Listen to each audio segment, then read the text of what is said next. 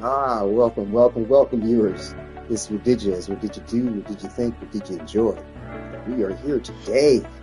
Been waiting for this. A survival comparison between Xaku's Whisper and Wrathful Advance, as I have narrowed things down to, what exactly, which build I want to go ahead with for my grand compilation of a, narrative and scripted version of my build, my Omni build, as I call it, my universal build for Excalibur Umbra. And like I said, it's been real interesting evaluating everything. And yeah, definitely, it's going to be a great day. It's very exciting. It's hard to get my words together for it. So yes, welcome, viewers. This is what did you do? What did you think? What did you enjoy? And we will go ahead and get the show started here. And I will start by, showing the build real quick that I'm going to be comparing everything to. And, hopefully we have a few people coming in to join me. Some folks were saying that they may decide to want to jump in with me in the missions that I'll have. But the thing is that, I'm going to stay away from the affinity bonuses so I can make sure that everything is, on par with my tests, so that I don't have any, conflicting data, so we say, with, my build. I want to definitely try to, avoid any kind of buffs and from affinity range, as well as, no help on the revives, what have you. I mean, if like I said, may go down, maybe jibber jabbering, trying to, explain a particular thing or two, or maybe slightly off game on what I may need to do, but I'm going to make sure that I have things together as best as I can and stay as focused as I can. Definitely give a little moment in between, each time he cleans something, he makes various something different, missions or whatever for any questions that may come up. And so yeah, that was like just the show of like Xaku's Whisper, for example, and like this is the Toxic Wrathful Advance, just the way that looks real quick. I'm gonna go ahead and to give people a moment to log in if they're able to join me. Now I'll do a little excuse me, test run, just a little warm-up run for each one of these here before I get into the survival versions of them. And let's see.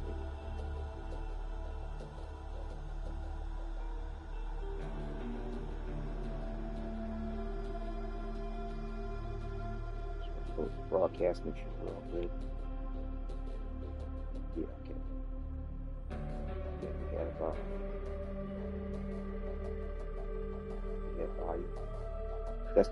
Testing. Yeah, okay. Just making sure everything's good on the mic there. This is Wrathful Advance, the way it looks there, and its ability, and also two shows how I have, what my mods are doing in the way that they affect the ability that was subsumed from the hell. We live. Howdy, waving hand. I think I might want to go ahead and also to pull up. Howdy, what's up, Bandito? Welcome, fellow clan member. The speed is here. Tenno. Amir, back at aka Rose. Right on. Welcome. This is excellent. Yes. Let me go ahead. Let me know when you all are in game. I'll go ahead and send the invites.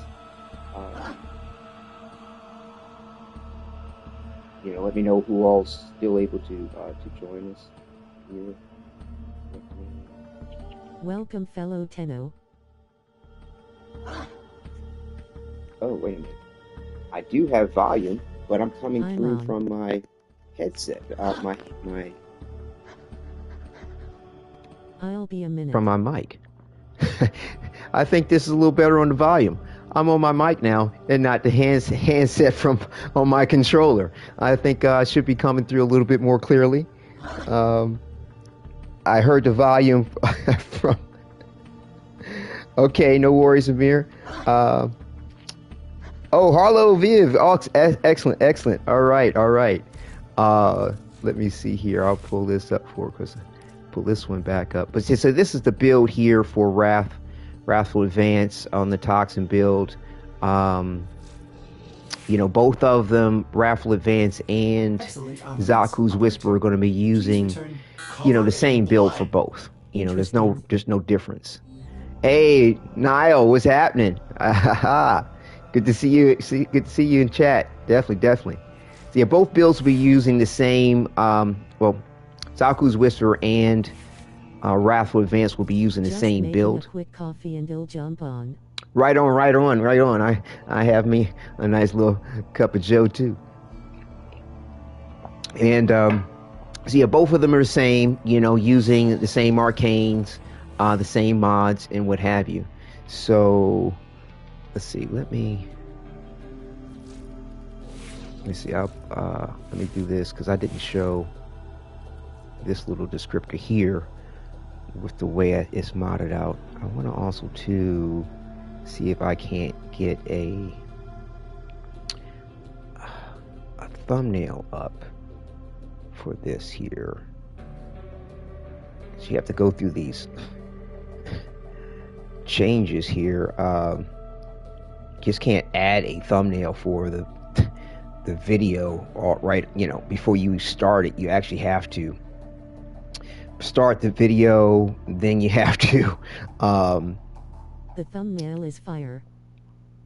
Oh, thank you very much. Thank you. Yeah, I you know, there's a good amount of care that goes into all of it. Let's see. You know, last night I went ahead, did some prepping, make sure everything was in line with what was needed. Let's see. Let me see if we can't send what invites we can send.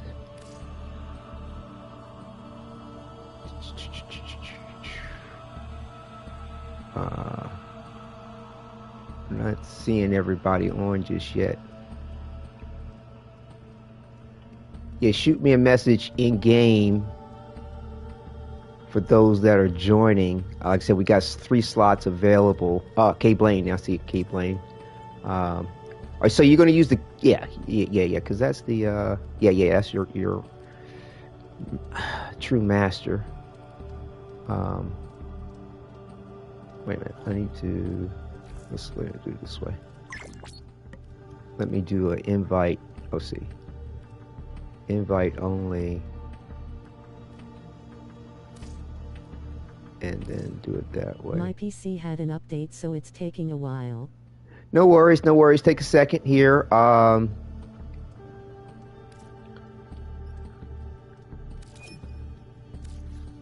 see. My alt wouldn't survive what we're doing. All right, right. Let me move my camera out the Rose way. is a mere woa. Yo, what's up? Niall. Oh, that's Niall. Okay. All right. Hiya, Felitino. I think Rose and Bandito are jumping in. So I am the speed. right. And I think Rose is going to run on the Amir. Or she's using her Amir YouTube at the moment. So yeah, let me see what's going on here, because I definitely know I saw, you know, Bandito, Harlow, and Rose. You know, well, Bandito and Harlow commented on Discord that they wanted to join, and they also too mentioned that last broadcast, and Rose also too jumped in before I saw you there, Niall. So just being courteous of everybody, and so if one of them needs to jump out, or has some kind of technical issue and can't continue, or just needs to go to another engagement, I'll bring you in if you want to join in on things. I'm not sure if you do. Let me know if you do, just in case there's a slot that No is problem. available. Okay, cool. If there's if the slot available. Let's see. Let me think here. What's a good thing to do? I can jump out if Niall wants to join. Okay. Well, you know, yeah, I'll let you two work that out. You know, if Niall, if you want to. There. Quentin, good to see you in chat. Definitely, excellent. Like I said, if You can jump in place of me. Might eat first cause this PC is trash. okay, Then you there. go join in face with tears of joy. Oh, okay. Oh, it's like I said, it's all right. It's you know, I'm glad that you are able to enjoy the game at the in whatever capacity that you can. I mean, to me, you seem to do well, anywho. So, but yeah, definitely respect the point. So yeah, Niall, you can go ahead and jump in if you'd like. So I can do open some relics in the meantime. Face with tears of joy. Bandito join in. No. Well, I see what you're saying. Like I said, I'm going to be doing a warm up for both, and then I'm going to do 2 of the survival. So it'll be like 4 missions all together. The game can run. The PC is slow with everything else. Right I'm on. amazed Warframe can run on this thing. Right. Brother Hana raising hands. Like I said, the 1 second here. Have fun, y'all. Okay. So yeah, Bandito, he's going to do some relic opening. I guess he may decide to pop in later. So yeah, come on in there, Bandito, if you're still good for that. And right, like I said, this is a descriptor of that. Yes, sir. I'll pop in later. Okay. Well, like I said, there kind of is a slot open with what Rose was saying, but Rose, if you're willing to try to work with what's up, we'll work with you if you'd like to join us. But it's no worries. I completely understand how you may feel on the matter. But like you all can I'll slide in then, and food can wait. Okay, cool. Great. It's like I said, you all can help each other out for sure. I'm gonna be off on the side, staying out of affinity range. We'll be doing some 1999 content on the survivals. So that all should come together. Rail Prime is really amazing, but I want Spider Warframe Prime now. Yeah. Everybody's hungry. A lot of people are hungry for that for sure. Let's see who else we have. Well, hold on. Let me.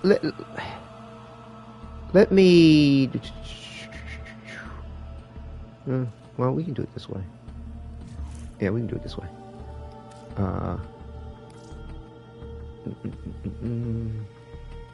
Got Bandito. Your friendly neighborhood Spider Frame.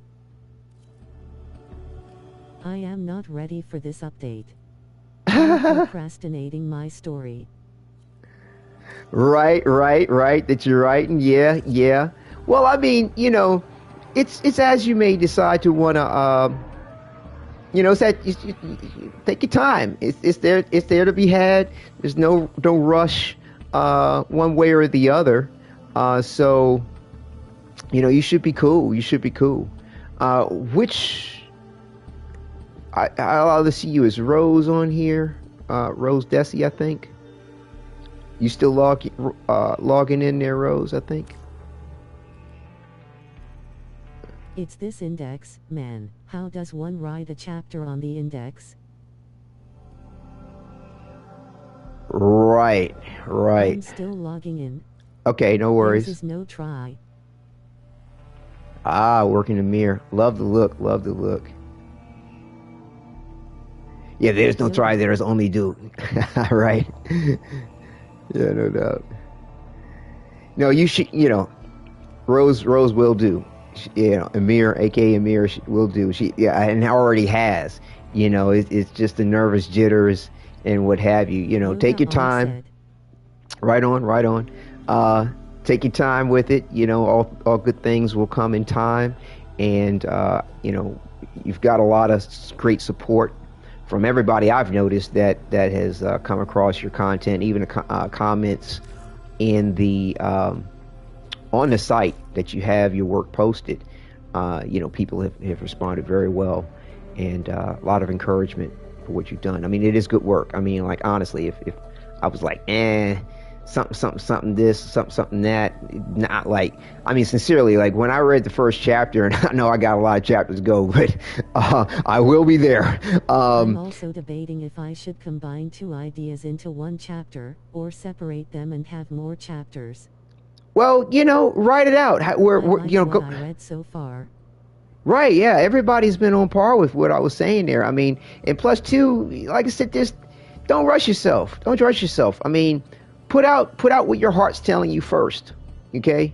And if it's telling you to combine it, combine it. If it's telling you to separate it, I would go with separating it. It all I would say depends on just how well everything's woven. Bottom line is, just like most things in life, don't force it. You know what I'm saying?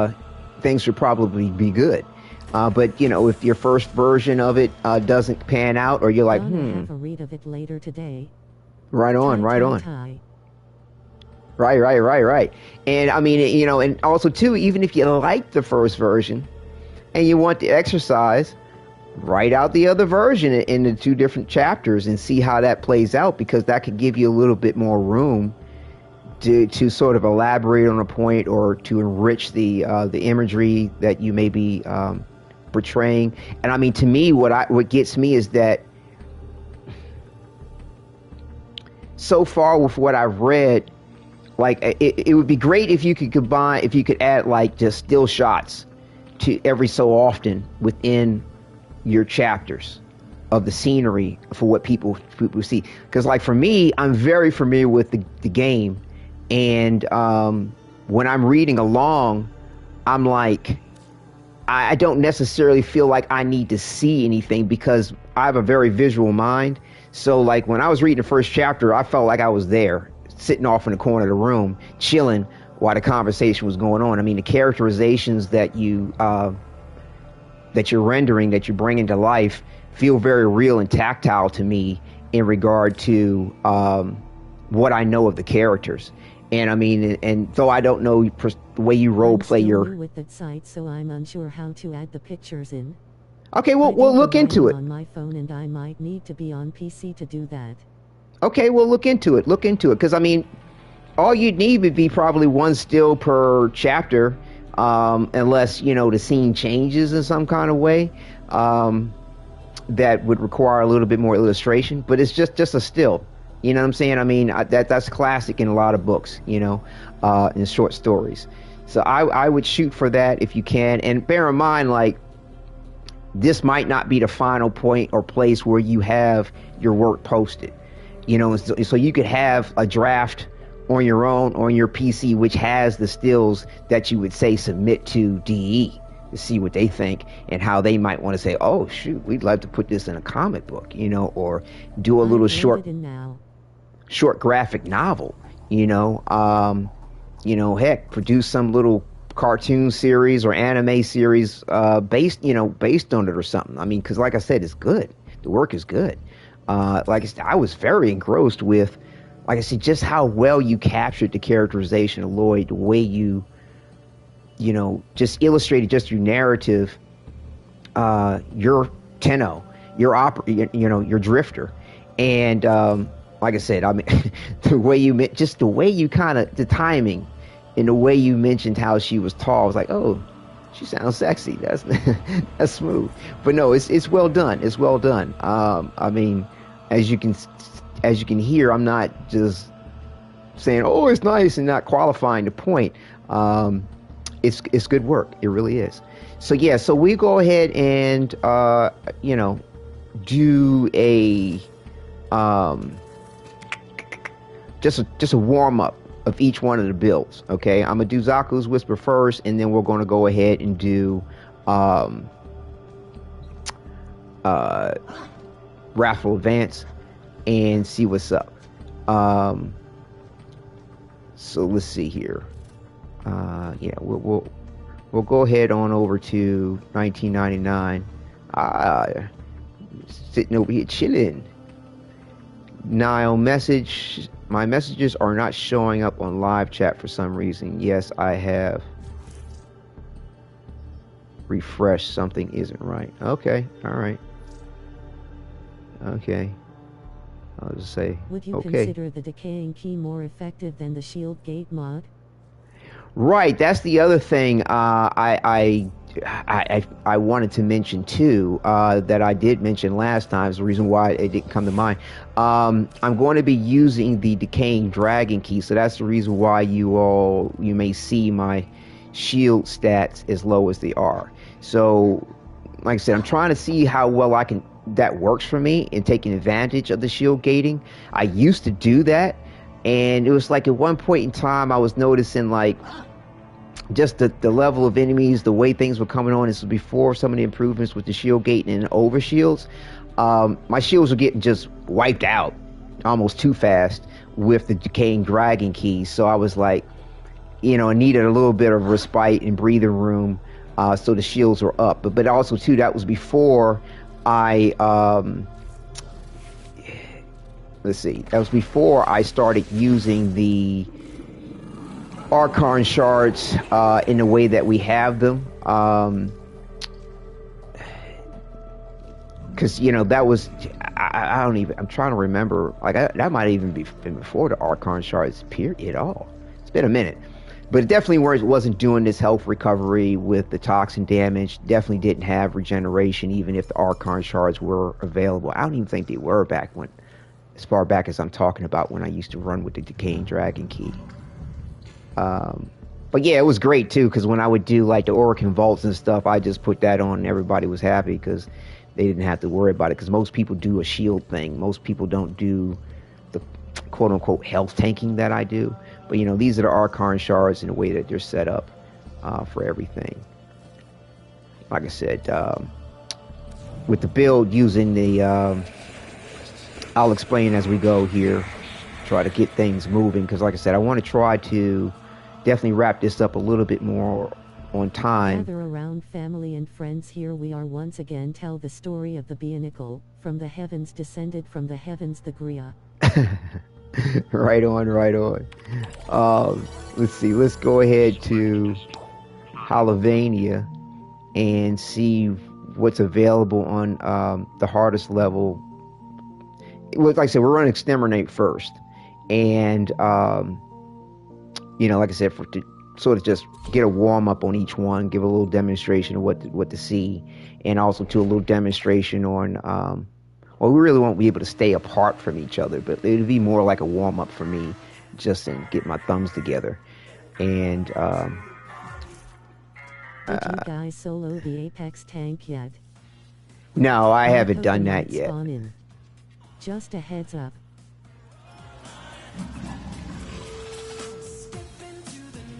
Oh, it will. Okay, that's fine. Like I said, I'm gonna stay out of the. Well, I could always jump in on it. Solo the Apex tank. I'm trying to do it as a mirror. Ah, yeah, it's an excellent challenge. Excellent. Plus, too, what is it? The little picture thing you get from that is really cool. Really, really cool. I want to do that for Eleanor for sure. For sure. I want the glyph. Right, the glyph. Thank you. Right, correct. Yeah, that's my main motive. I mean, you know, yeah, I think you get some other little reward too, but I'm not that pressed. I think you get a little something for your ship or something like that to put on the front of it. Let's see. Yeah, you gotta need a survival build for the Apex. Right. And see, I wish we had a survival up on here, because this is where you can get your hardest level enemy. But when I looked at things this morning, I noticed this was up for Eleanor. So, like I said, I want to try to be in each one for about an hour. So at least survival build is called Dante Lowell. Right on. So the intensity will build up. Like I said, I wish they had a survival here. I've already stress test the builds in like an exterminate at this level, but yeah, this is the only survival we have. And I mean, from what I recall, like the Oricon system in itself doesn't have enemies quite this hard at this level when you start out. 343% strength, Dante. Fantastic. And then also too, the Skuldra, their tactics, to me, I feel like they're a bit harder than the other enemies at the moment in the game. So yeah, let's go ahead and do this with my Xaku's Whisper and see what we have going on. Oh, I love the way the eyes glow in the dark. This is nice. This is sweet. Let's boogie. So yeah, I'm gonna try to wrap things up as close to 3:30 as I can. Definitely will not push it past 4 o'clock. Like I said, I need to spend time with and take care of my son, and do all that good stuff. Roger. Standing down. Everybody's gone on.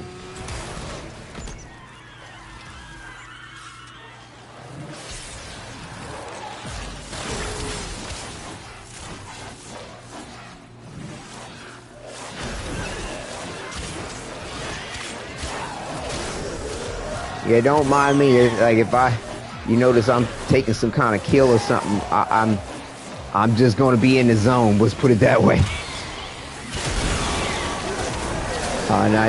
Not purposeful. Just in it to win it. There is me. I'll be in eventually. Oh, okay. It's still low you. All right, my bad. Like I said, I'm going to be in the zone a bit, so don't think I'm being rude. Because normally I'm very mindful of trying to make sure everybody's together or not stealing kills. I just want to be in the zone as much as possible. Use Elven charges. Oh, that's for that. Tech rock enemies explode on death. I was just making sure the bounty is going to be fulfilled. I'm not worried about the bonus stuff. Where we got enemies up top.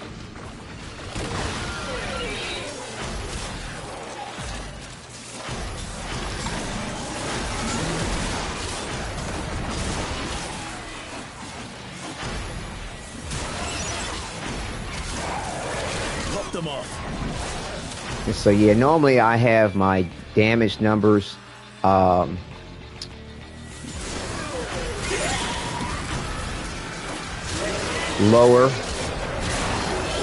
Line them up and cut them down.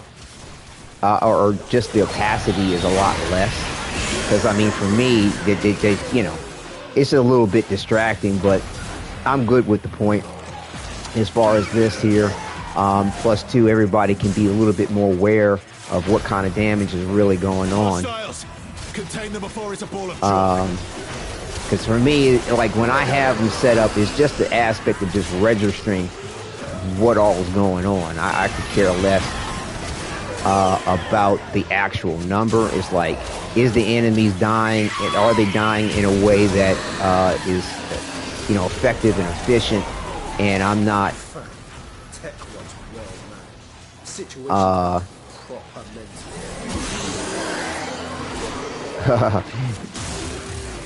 You know, I'm just doing what I need to be doing, the way I need to be doing it.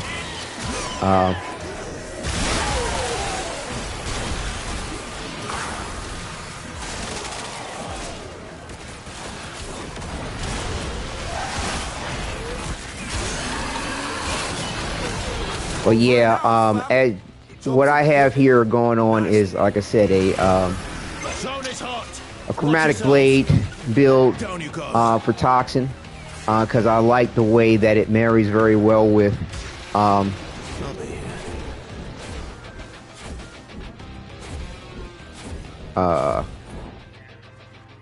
Archon continuity.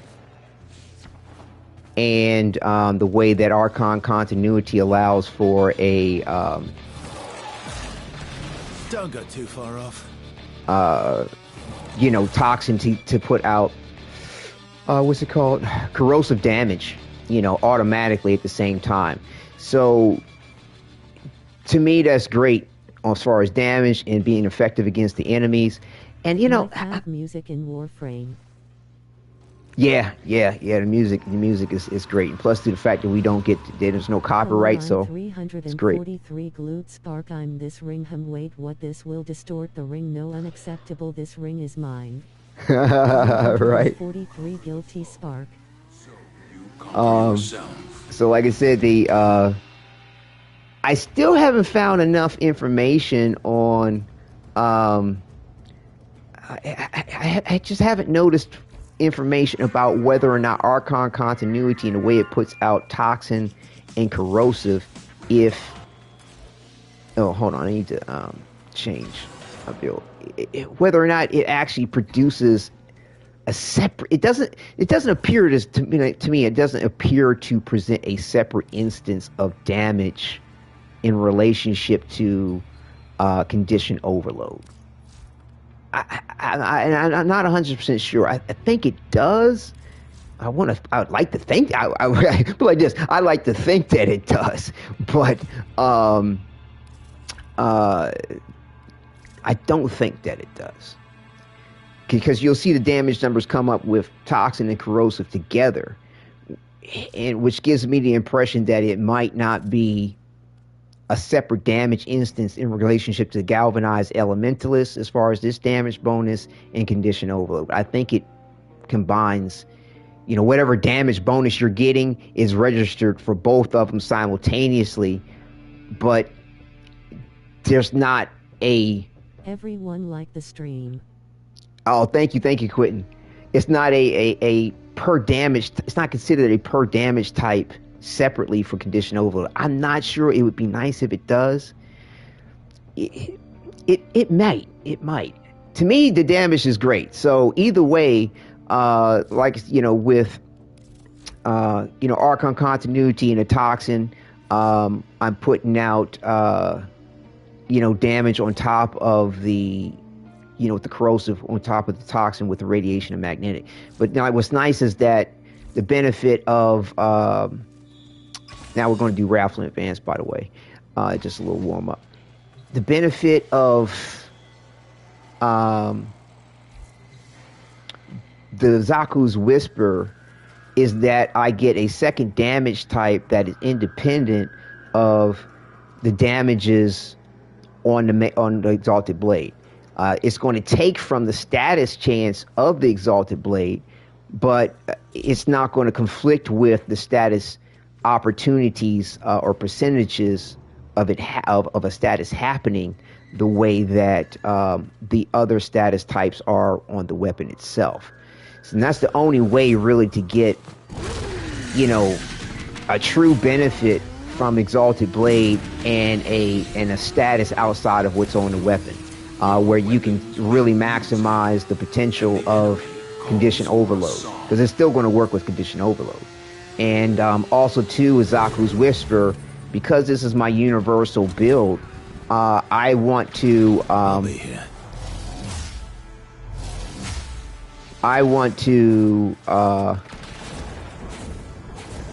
have the ability to make sure that oh yeah, it's what's it? if there's a way for me to load in faster or not. I'm not sure. Scout your supply cache in the area. Get near, it will start ticking. Self-destruct. But yeah, with Xaku's Whisper, being able to, take advantage of the. There is Get a M2 drive. Get worksy. A few further on charges should pop it. Oh, an M2 drive. Do you see that note there, Rose? That might help out.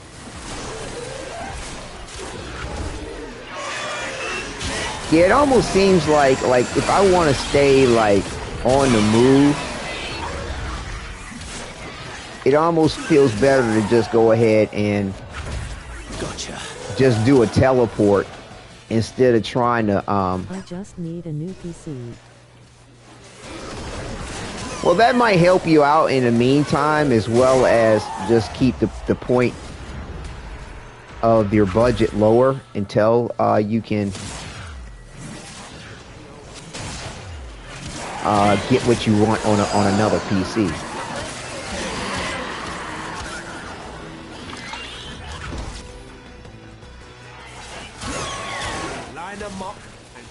But yeah, it's like with Wrathful Advance, it's wonderful to... Okay, wasn't paying attention, don't know what hit me. With Wrathful Advance, it just requires more steps to do what I'm trying to do.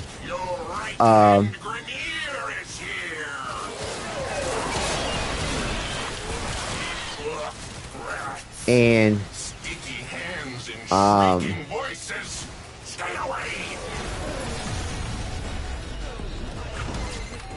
and because you got to do this press hold thing, like I said, my buttons are my fingers aren't as accustomed to that extra step with.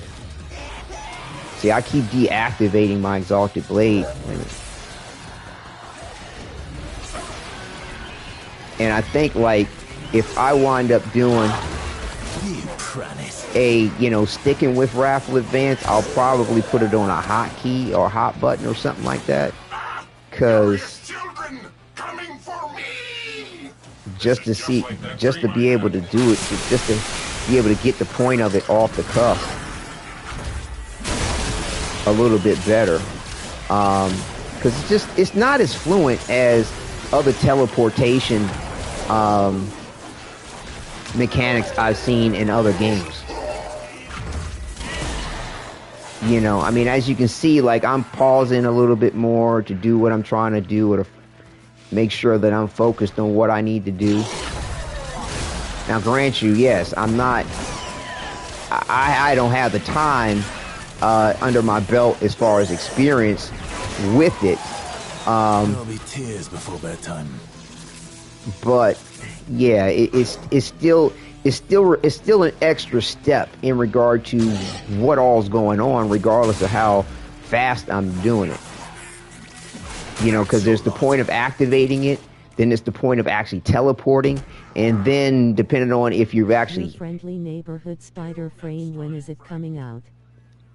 I forgot the date. It's soon. I mainly use Wrathful Advance for mobility purposes. Yeah, the mobility is great. Like I said, I like the bonuses of the mobility. Plus, there's a degree of invulnerability similar to Slash Dash, and combined with Slash Dash, you get the sometime in June, Nile. No specified date yet. Right. It's not too far. Wow. I don't. Oh, that's right. These things. Oh, okay. I know what's going on now. I'm like, why am I getting killed? It's the exploding shit. And see, that's just the thing with Wrathful Advance. That's the thing with Wrathful Advance, is that it requires you to get up on an enemy more often than not if you're not teleporting in a place that the enemy will not be. And so, like, these exploding type situations, you teleporting in the face of an enemy, it's going to blow up on you. And so, that's not good. And then, like, if I'm in a mission where I need to maintain position, okay,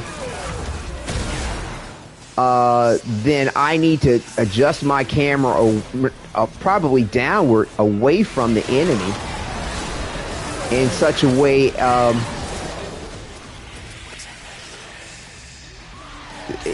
whereas now I can't really defend myself to the enemy because I need to do this and teleport in the same place. Like if I'm doing a defense mission or just for whatever reason, I don't want to fall off of some shit. Like, you know, there's been missions where you just don't have very much room to move. You know, but I can crouch and fight and stay in the same position. But then, like, if I wanted to teleport, I gotta face the camera down at the ground, at my feet, and then teleport.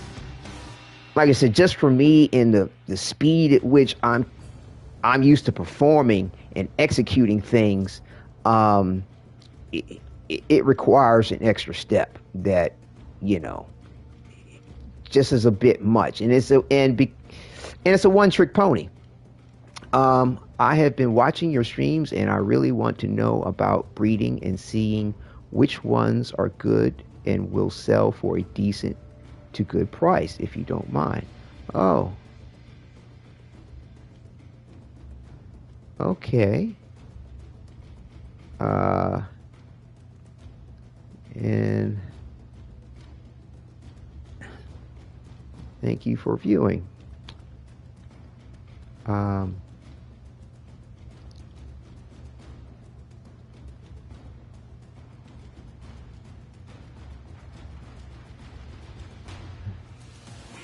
Lieutenant. But yeah, let's see. Are you watching now? Do you have your ability menu set to holding down the touchpad like I do but still swipe for quick use abilities? Do you have your ability menu set to holding down the touchpad like... No. I have it set up for quick swipe. Oh, okay, they just responded, so they are watching. Okay. No, I have it on my touchpad. So all I need to do is just take my thumb and swipe it up for 1, swipe it left for 2, swipe it right for 3, swipe it down for 4 is how I have it set up. And so it's on a quick setup, but the way the ability works, in order to teleport in a fixed location or one that you set rather than having to target the enemy, you need to do a press, a swipe hold. You got to hold in the touchpad to do it, and just that extra little motion that's going on with hold on, let me switch. I'm gonna do Xaku's Whisper first. Well, actually, you know what? Seeing that I just did Wrathful Advance, I'm gonna start out with Wrathful Advance. Seeing that my thumbs are in the mood for it, or kind of warmed up for it, because like I said, way more fluent with Xaku's Whisper, and I mean also too, it requires less effort. You know, you can activate it on the move, on the go, no matter what you're doing. It doesn't pause you in your motion of action. To me, with the quick pace of the game and what's going on, and then also too with the versatility I like to maintain with my Omni build. In other words, I can go anywhere, anytime, any place, regardless of the situation, not think about it, and have something in the kit to work.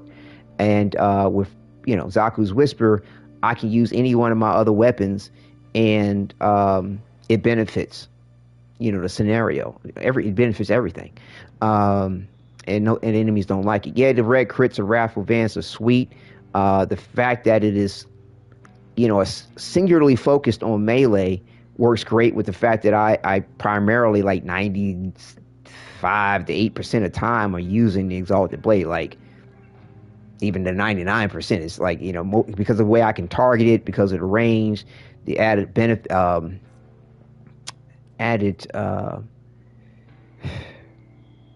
enhancements that they've given the Exalted Blade since the rework of things.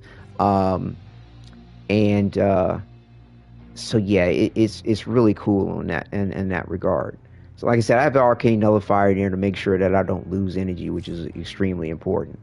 And like I said, using the Hunter Adrenaline with the Life Strike gives the health return. All these things are set up for I haven't messed around with button mapping. Only thing I changed was heavy attack from R3 to triangle. Okay. Yeah, the button mapping is very beneficial in my opinion. And like I said, using the Decaying Dragon, like I didn't notice any issue with the Decaying Dragon Key. I didn't feel like, oh, I'm not getting enough comfort. Decaying Dragon Key seemed to work out fine. I wasn't focused on the shield gating element of it because I really don't. It's not really part of how I survive in the game.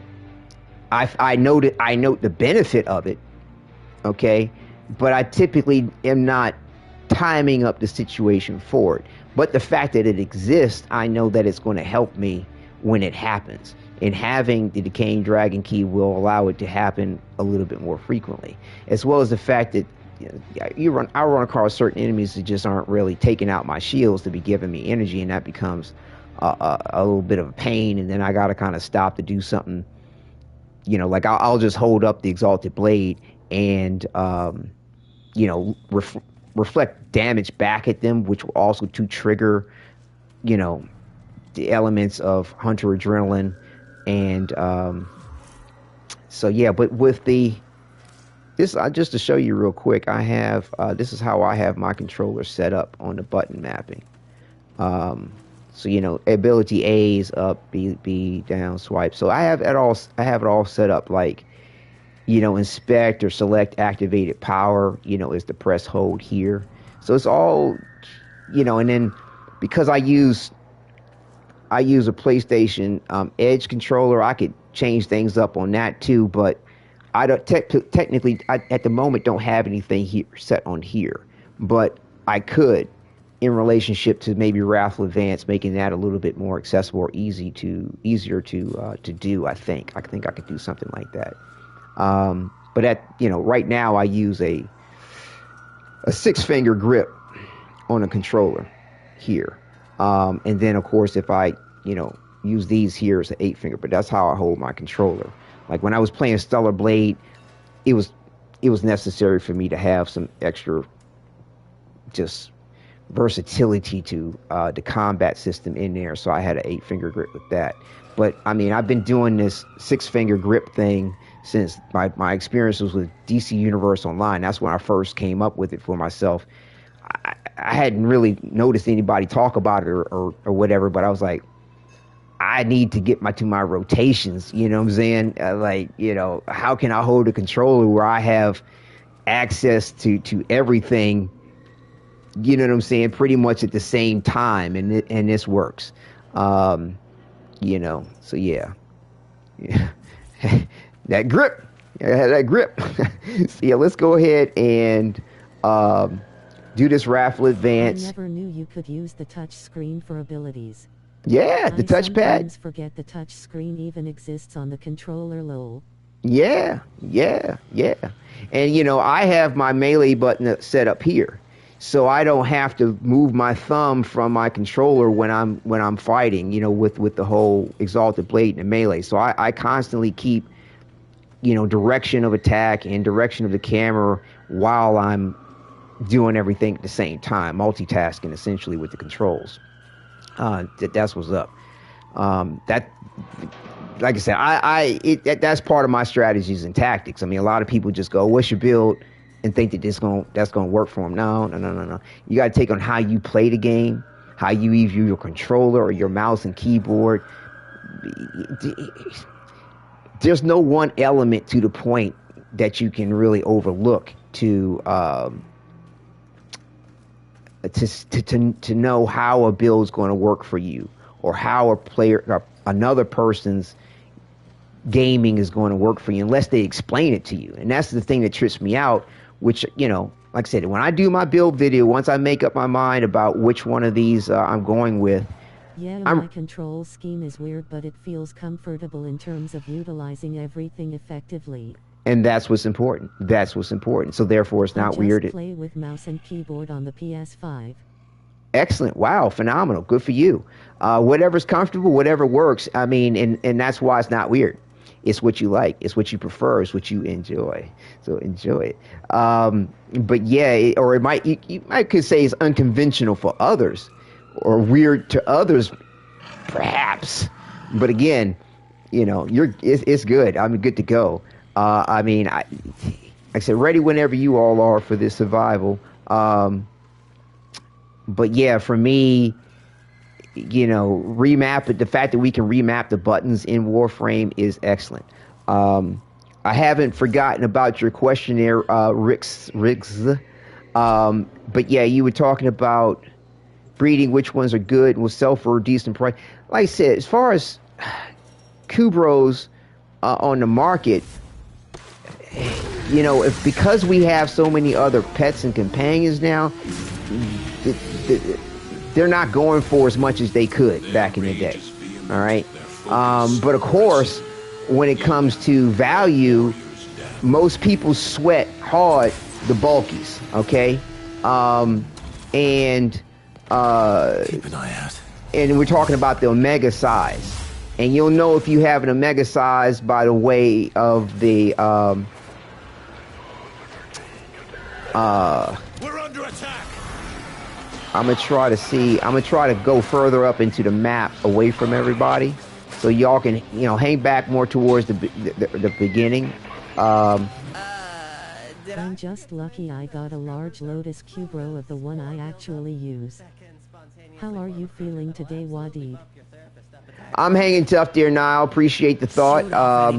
Like I said, excited about everything in the mission. I'm trying to find some place to go that's further away.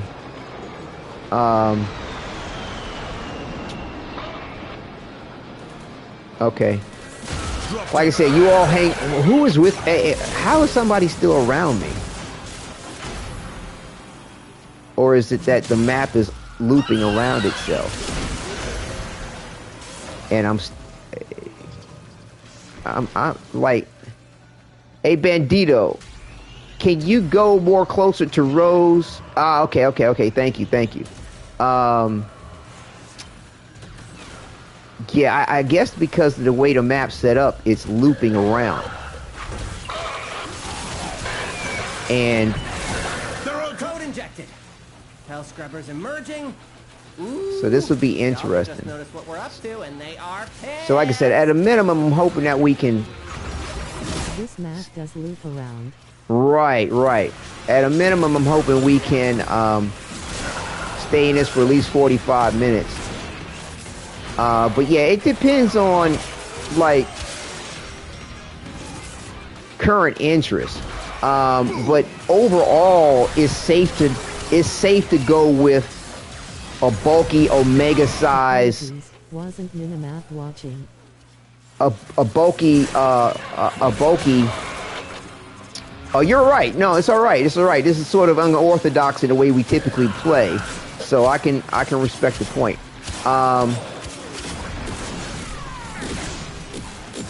And then plus too, like Wrathful Advance, man, it's just the timer on it is slim to none, but it allows you to utilize the heavy attack more, definitely more often, which is very devastating for Excalibur now.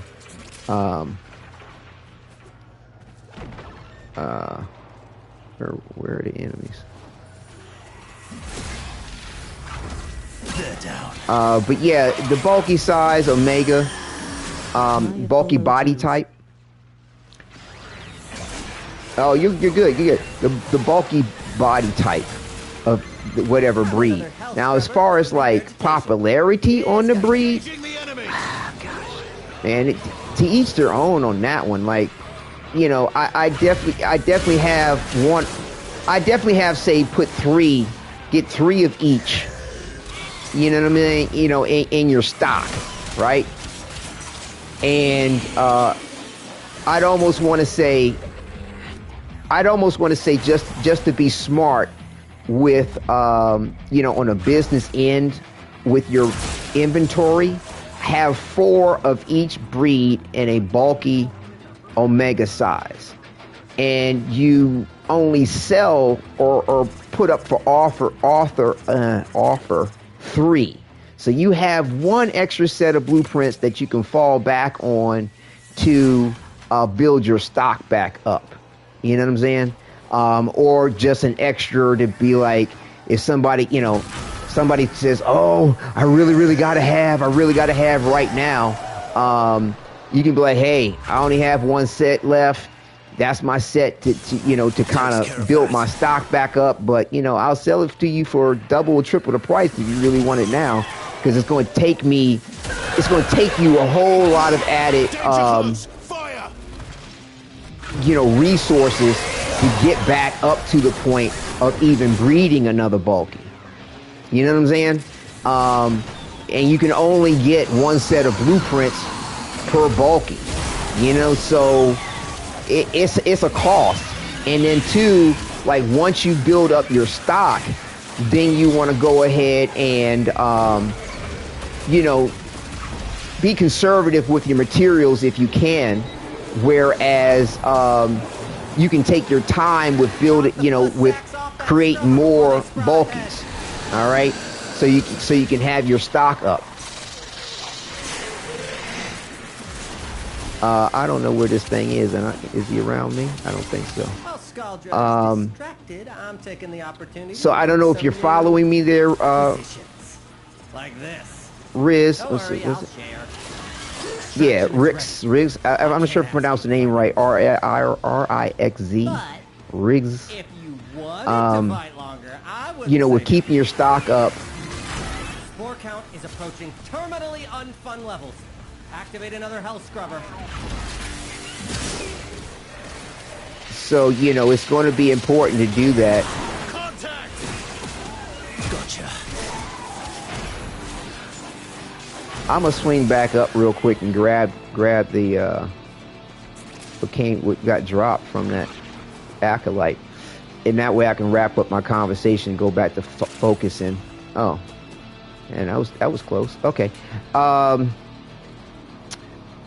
yeah, Riz, you know, because, you know, if you decide to speed up the process, which most of the time I did if I was trying to get an expected result quickly, and I didn't want to wait the day it takes and all. I mean, it's some serious, it's time consuming to breed them. So you want to down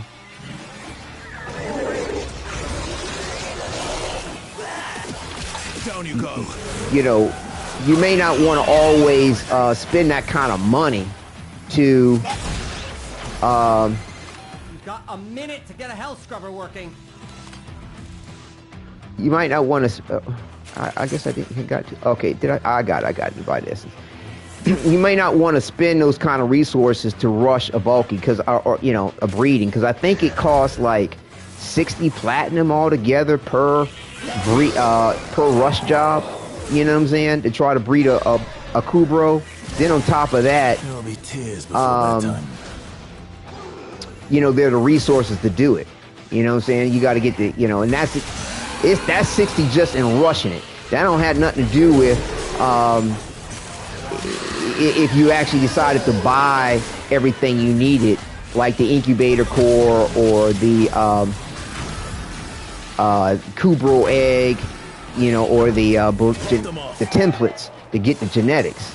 So yeah, there's cost and time involved with breeding, being a Kubro breeder. But to me, it's worth it. It's very enjoyable.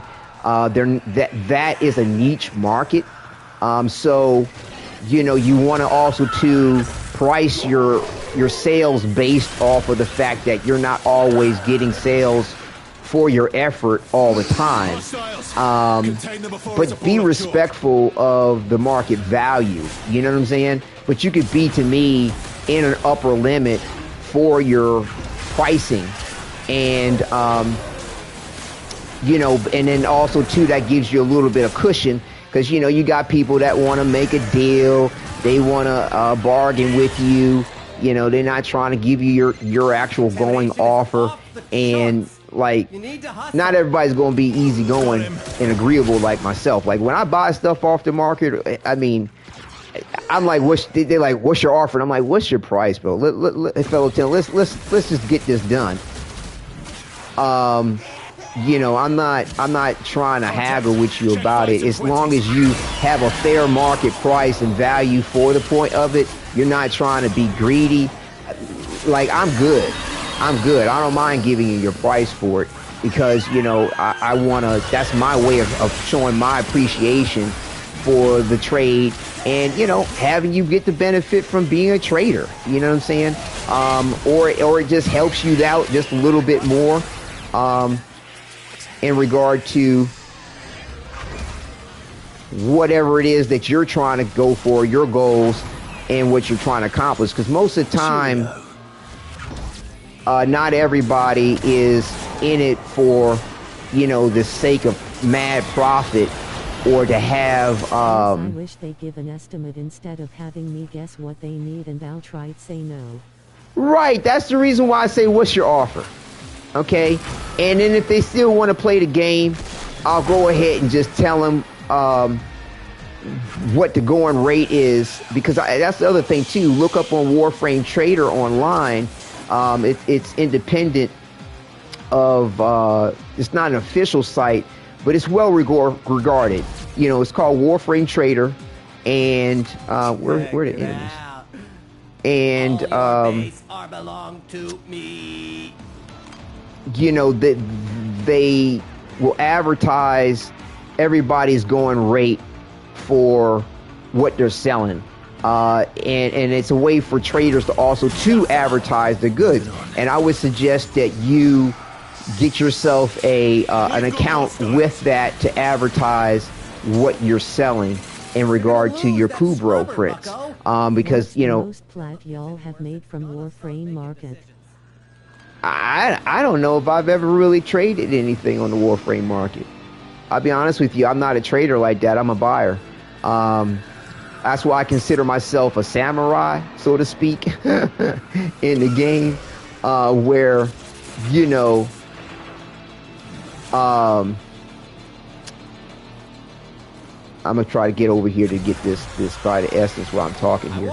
I consider myself a samurai, so to speak, where, you know, I'm not a ninja, as they say in the motto, ninjas play for free in Warframe. I'm a samurai.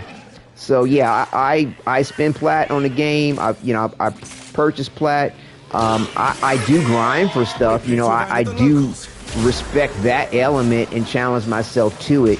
And then of course I have to respect my budget too on things, but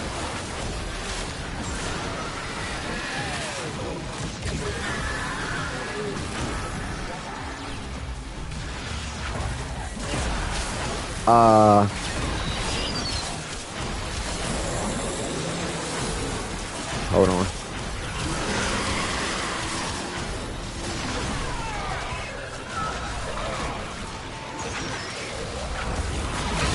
And it helps to hold up my guard too if I'm trying to like do a particular focused attack with the Wrathful Advance. Again, these are all extra steps that I wouldn't normally have to take with Xaku's Whisper. No, I'm good. I'm good. I don't need none of that. I don't want none of that, bro. Hell no. I don't use that shit. I mean, not no offense. I'm just saying that shit is not necessary for my build. I am not dying, as you can see. I have no need for it at fucking all. And plus two, like I said, I'm old school before all that, as well as the point, like, you don't know when or if they're going to change or modify those elements because they notice that it's now not working, or it's not providing the challenge that people want to have.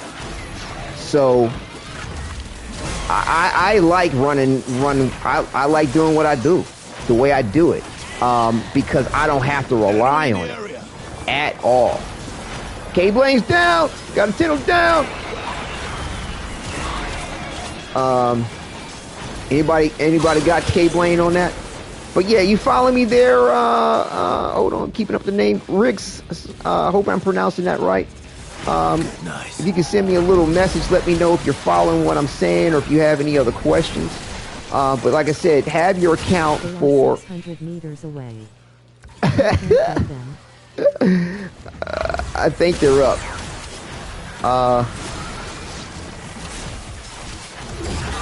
Yeah. You're now faced with tears of joy. Leave it out.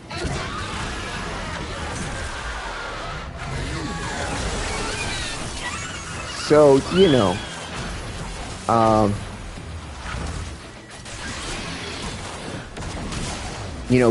like I said, get your account for the Warframe market. I believe that's the name of it. And I can, at the end of this, do a quick little search and put the link of it for you in the chat.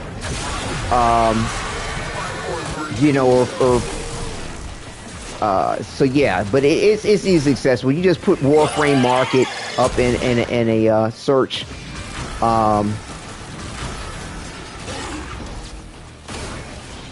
But yeah, holding up that guard and doing the Wrathful Advance teleport works. And like my guard button is here. This rhino is a slowpoke face with tears of joy. So like for me with the Wrathful Advance, I like to employ the tactic and strategy of doing a radial blind or radial howl in this situation, so that I can have more of an opportunity to not get fucked up while I'm sort of focusing on whatever it is that the attack I'm trying to make or set up. And that's useful with dealing with Wrathful Advance. I'm in somebody's affinity range. Okay, I'm good now.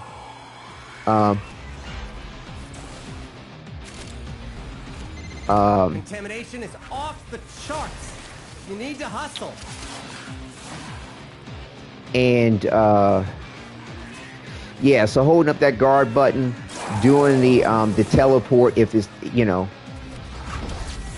is helpful. And plus, in that period of time of doing that little guard, I'm not attacking. So like if I'm running with the Huros, it's going to cloak me to give me that stealth benefit on top of it.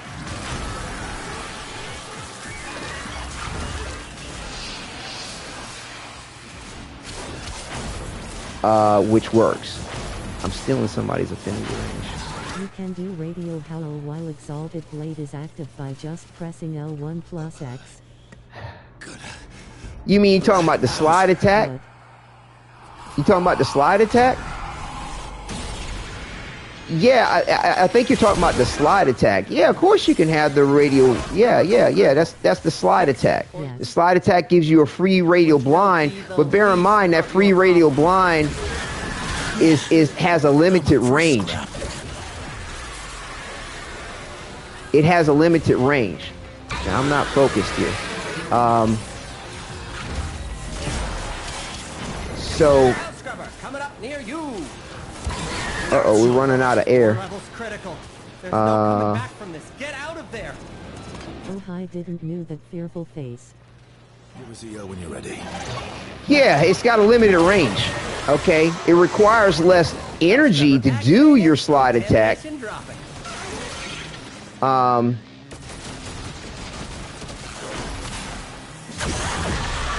you are.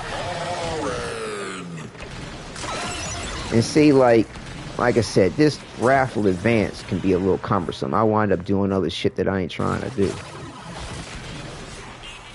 Because I have my last ability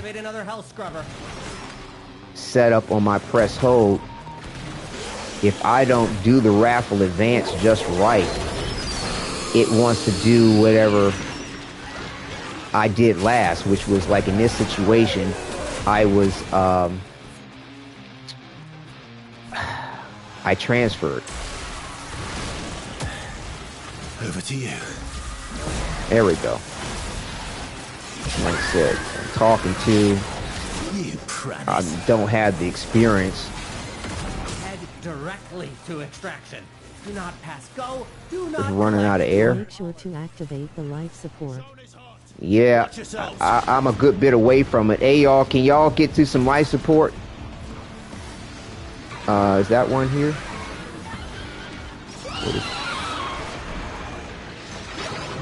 Okay, thank you. Damn, I lost connection somehow. Uh-oh. Are you... it should reconnect you. It should reconnect you. With Bandito loudly crying face. Right. Just try to jump back in. If you can do so before the end of the mission, it should bring you back. Okay. But yeah, like I said, the Wrathful Advance is cool, and I'm sure I will get better with it, because that's my bag. You know what I'm saying? I'm going to I'm going to get good, as you want to call it, or whatever. I'll never consider myself all pro. You know what I mean? But I'm gonna do my thing to improve on whatever it is that I'm doing. Shit. And but the thing is it's just... It said host migration and then put me in the same mission by myself. What? That's bullshit. I need to farm color bow.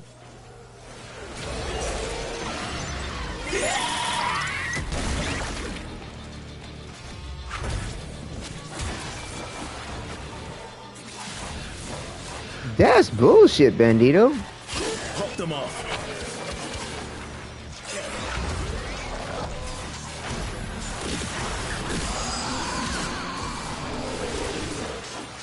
All right, anybody near life support?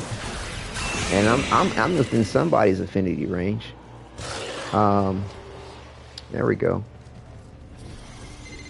After months subsumed by Techron, Yeah, let me know if we need to back out, if you all are having too much of an issue up over there by yourself. The most scary boss in Warframe is host migration. Right, no kidding. Yeah, that's old Wally fucking with everybody.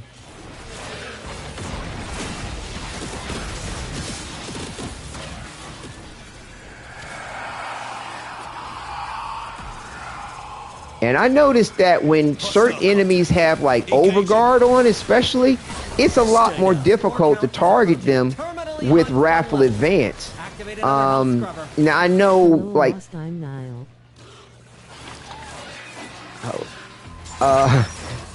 I know that Prime Reach can benefit the targeting for Wrathful Advance. But at the same time, I don't want to... all you gotta do is just get closer to the enemy or aim properly, and there's no need for Prime Reach. Anybody near some life support? We'll try to catch it around 30. Eyes on. If we can. Do we have life support available? Yeah, I think there's one. I see one. I think there's probably... Up your map low. Let me try to make my way to pick up at least the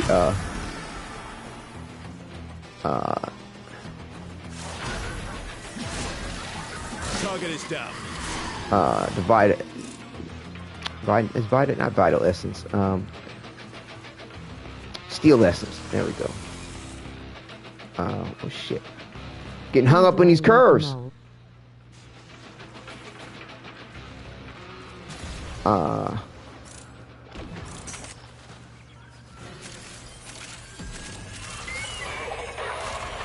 Kind of lost my train of thought. But yeah, like I think I was talking about Wrathful Advance. And the green symbol. The way, it just requires just a lot more extra to do what it's going to do. And, it's just going to take me some time to get really good with it. But again, like, I can't imagine however much good I'm going to get with it, how it's going to be as fluent as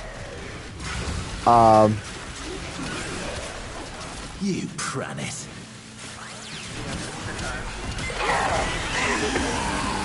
Xaku's Whisper, because you know, there's just more steps to doing whatever it is you're doing with Wrathful Advance. Let's get to business.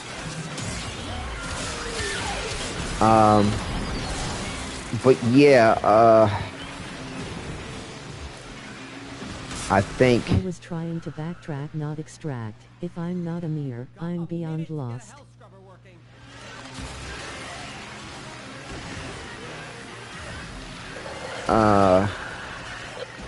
Let's see. What it is? Okay. Wrathful Advance and Roar are better. Okay, I have to take a look at what you put here, Riggs, at the end here. I was trying to get Eraska, Kubro. I'm following every word. I appreciate the support, taking note of everything. What are rough prices for them?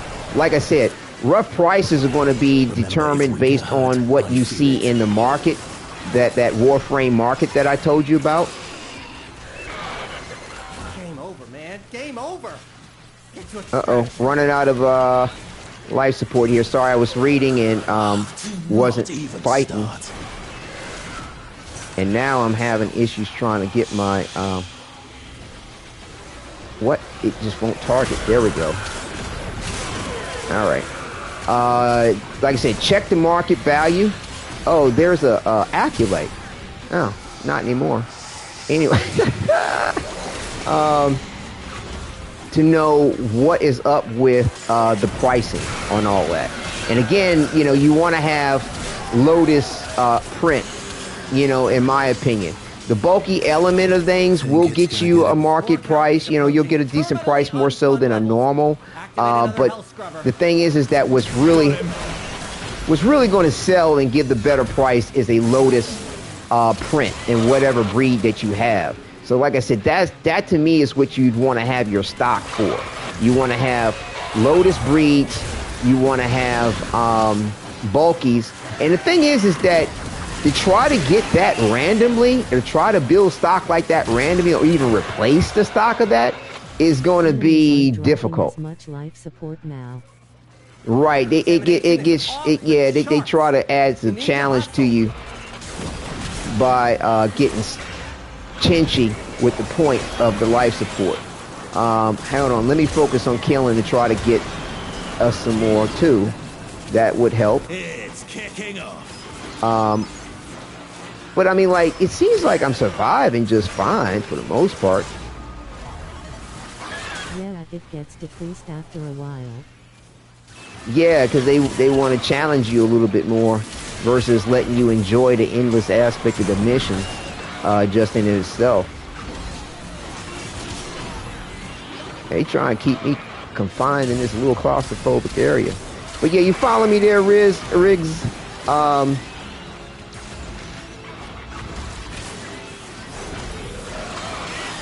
It's going to and so like it's going to be time consuming. It's going to be very difficult to get the random opportunities to actually to get a Lotus print with a bulky. And once you do, you can then keep breeding it to get a bulky. But just to get a Lotus print in and of itself is a very rare opportunity. So the thing I would suggest is to just use the Warframe trader, okay? And you can switch regions. You know, you can go to North America, Europe. You can go wherever to find what you may need, but just buy any bulky Lotus print. Doesn't have to be an Omega. And then you spend the time to breed it. You can get your bulky Lotus print much cheaper, right? Spend the time and the resources to make it into a bulky, and then have that as far as your, you know, as far as your stock is concerned. Is there a thing around here? Yeah, they are getting stingy. I mean, if we run out of air, I can respect the point.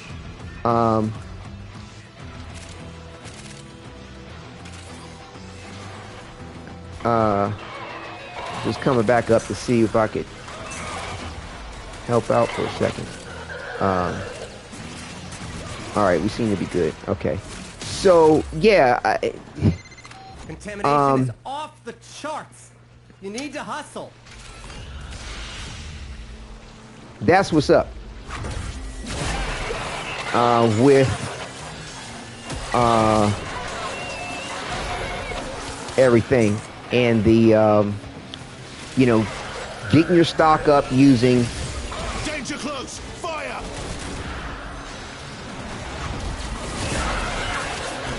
and see it takes, and I can use natural talent Down you go. to increase the time, or it, you know, decrease the time it takes to activate Wrathful Advance.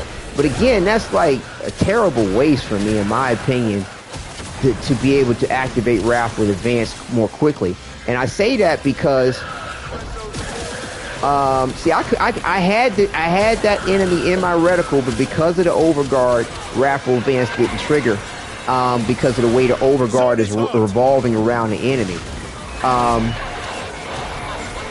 And I'm close to some folks trying to get the. Do not collect $200.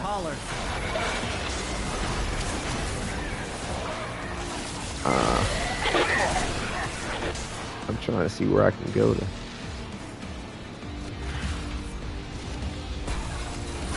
So yeah, just to recap, check your price. Oh shit! Check your prices on Warframe Market. What are the rough prices for them? Oh, that's that same question. Hold on, let me move my camera. That's why I'm like messing up too.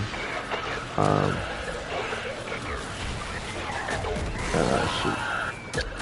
Button stupid at the moment. Here we go. Yeah, you can, if you hold down your ability and then go into your menu at the same time, like with the goods, mate. If I hold down my cloak with my Tenno and then go into a menu, I'll stay cloaked. It's a really handy technique. That's right. You're done. If you need to navigate into a menu and have a chance to do what you want to do without getting killed. So yeah, like I said, just to recap there, you want to go ahead and do your research on, and you know, keep up the research. Get an account with Warframe Trader, and then let's see, where can I go to get away from folks? Get an account with them. Do your homework as far as what's the market value on things. You know, keep up to date with that. I'd say go ahead and, you know, instead of trying to luck up on getting a bulky Lotus fur pattern, find it on trade for a decent price, right? Then spend the money, because it doesn't matter the size. All it matters is that it's a bulky and that it's a Lotus. Then you spend the resources to, oh, that's another player. Then you spend the resources to make it, to breed it into a bulky. All right, and where can I go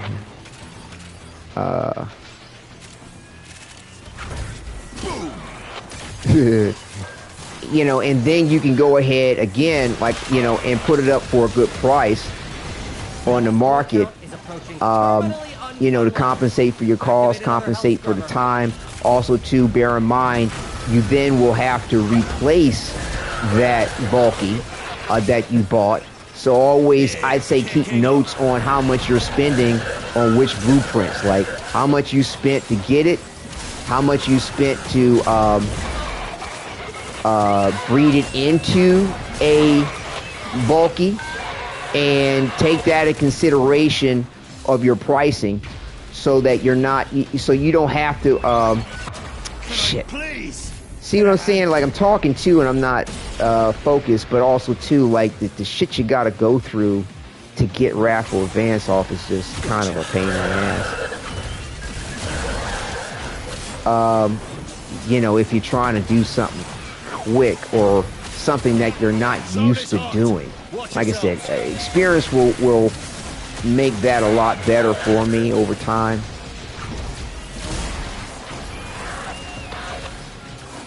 So, you know, take that all in consideration when you're making your prices for these things. Keep track of them. Don't just have some fixed price.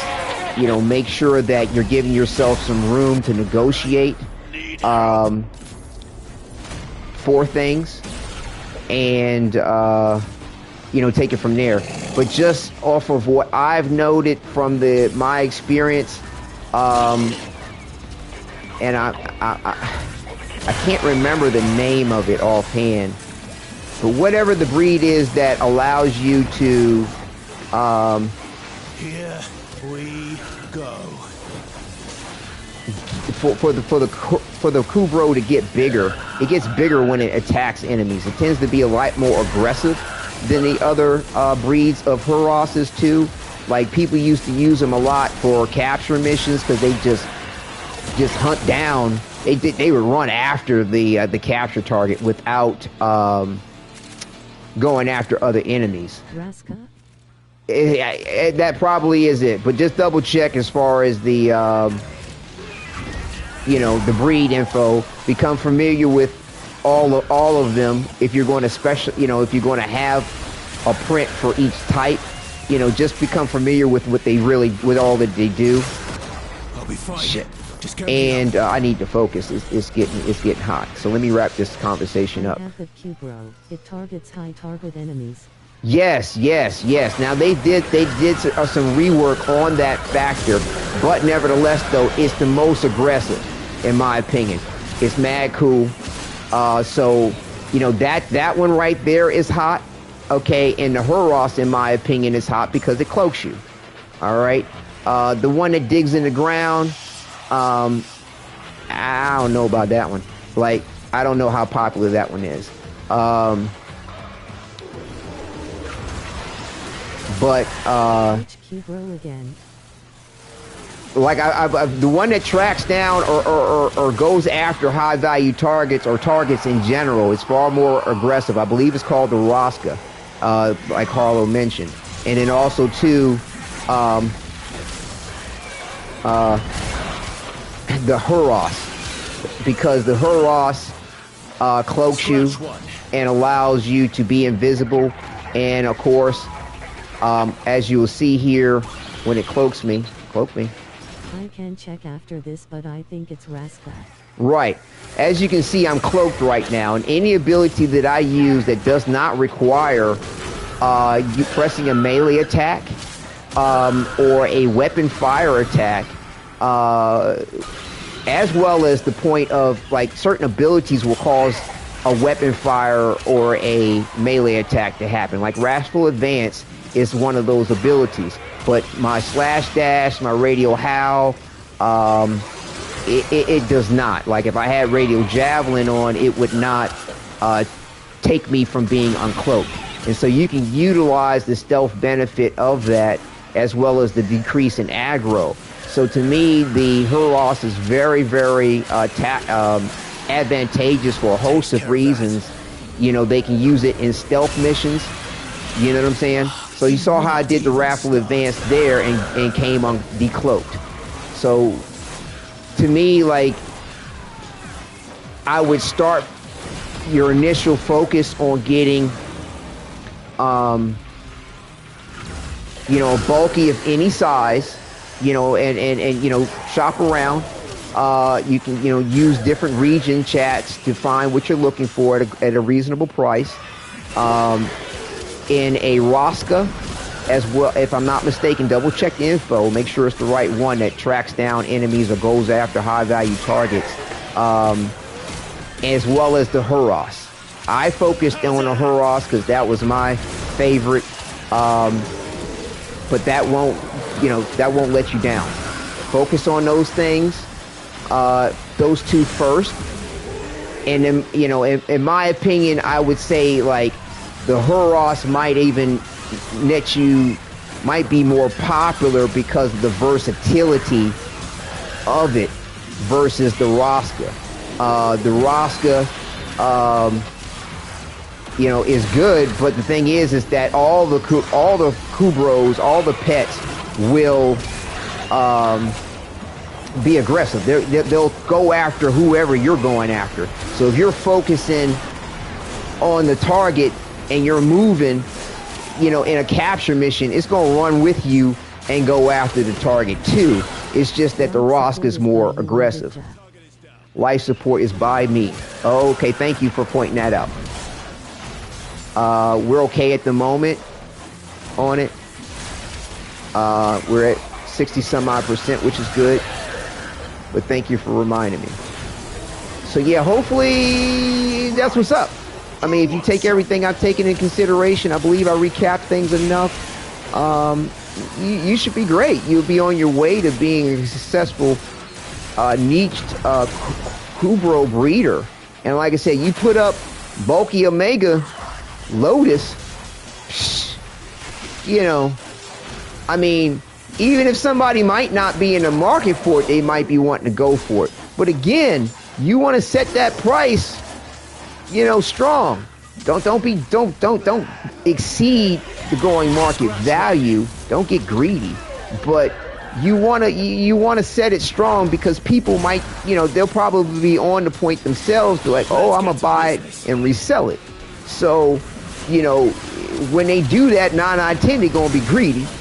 And 9 out of 10, you know, if you're still selling yours, you'll have the better price and a better deal, because that's your specialty. That's your market circumstance.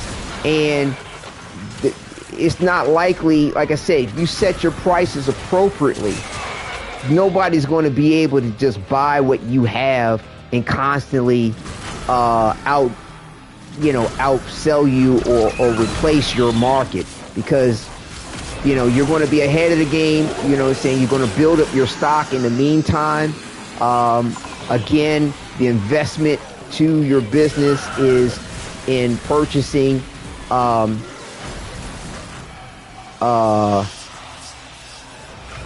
low budget, basically.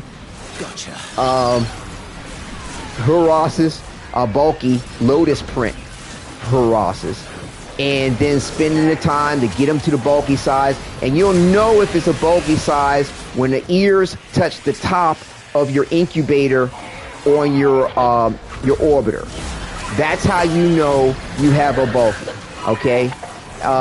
If they come below and like I said, tip, when I say tip, it's the hairs on the ears. The hairs on the ears, the little fine little hairs on the ears, will basically touch the top of your incubator. All right, that's how you know you have a bulky. Now, one thing or mega size. All right. Now, one thing to note is that sometimes there can be issues with the Lotus Kubro by sheer luck. Right, that's phenomenal. Excellent. Congratulations. Like I said, it happens, but there is definitely RNG for Jesus involved, and RNG for Jesus does not give the blessings, you know, indiscriminately. You know, they come with some time, and effort, and you know, so you know, you have to wait for that blessing. Okay, why is it not? There we go. To happen.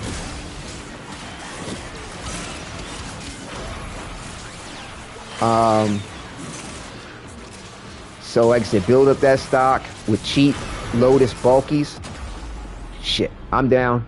I might need a pickup, and seeing I've run out of revives, we can go ahead and dip out at the 45-minute mark. If anybody can swing by me, if they're anywhere close to where I am, that would be cool. I probably should have equipped my Vasca. Okay, so I'm down. It's all good. Like I said, I got the feel of it. You can wait till the 45-minute mark if you want. And let's see, can I access what he was asking me to check a look at? Must be an orbital relay. Okay. But yeah, like I said, I was a bit distracted doing that mission, explaining things and talking. But nevertheless, I got a feel for an extended endurance run with Wrathful Advance in Spore level's critical. There's no coming back from this. Get out of there. What all it kind of does, you know, for me as far as the mission's concerned. I mean, damage isn't an issue. You know, it's just a matter of using my strategy skills or tactics. I wasn't taking. I'd have to back up the footage to see exactly what level of enemy level we were at. Oh shit! How have you died? I've been talking, so I've revived a couple of times. You know what I'm saying? Because I'm not as focused on what's going on, and that's okay. I'm not stressed out about it. Not trying to be perfect right now, and I mean I can't be perfect. I'm not perfect, but you know, as far as the best of what I could put forth, I'm not there with Wrathful Advance. Number one, my familiarity with it, my skill with it, as well as I'm talking and explaining a rather detailed nature of a subject matter that's not related to exactly what I'm doing. You know, excuses, but I'd like to think that's rather reasonable to the point. I'm not in the zone like I actually could be. And also too, admittedly, I'm not as familiar with Wrathful Advance and all the, you know, the particular situations you might be in where you have to adjust a particular thing. I'm also an Excalibur main. Have you seen Viewr's new video called Excalibur Perfected? I highly recommend checking it out. It opened up my... Okay, I'll check it out. I'll see what they have to say. Were they... I mean, I'm just taking a guess, but lately everybody's go-to is melee influence with the electric build. And using as things like equilibrium. Excalman Starstruck. Yes, it's the melee influence build. Right. Yeah. That's, like I said, based on my experience with using melee influence versus melee duplicate, it's about damage per second for me. Okay? And you have an 80% chance for melee influence not to work. Oh, excellent. I will definitely check it out to see what they have to say. Definitely. Yeah, we can dip. Yeah, go ahead, dip. We're good. Like I said, you have 80% of the time that you're using that. I literally can't die. Yeah, I mean, yeah. Depending on, you will die. That's. It's funny how folks make these overstatements to stuff. Like, you can die. You know, and you could die trying not to die in this game. Depends on where you are, what you're doing, and what the situation is. I've never seen a situation with somebody... survive. Just kill enemies before they get a chance to attack face with tears of joy. Uh-huh. Yeah. Again, I love the bravado in these statements. They're great, but they're unrealistic. You can't always kill enemies before they kill you. You know, I said... And taking into account all the different mission types that we have in the game, okay, as well as taking an endurance run to its max, you cannot kill all the enemies before they do something to you that could kill you.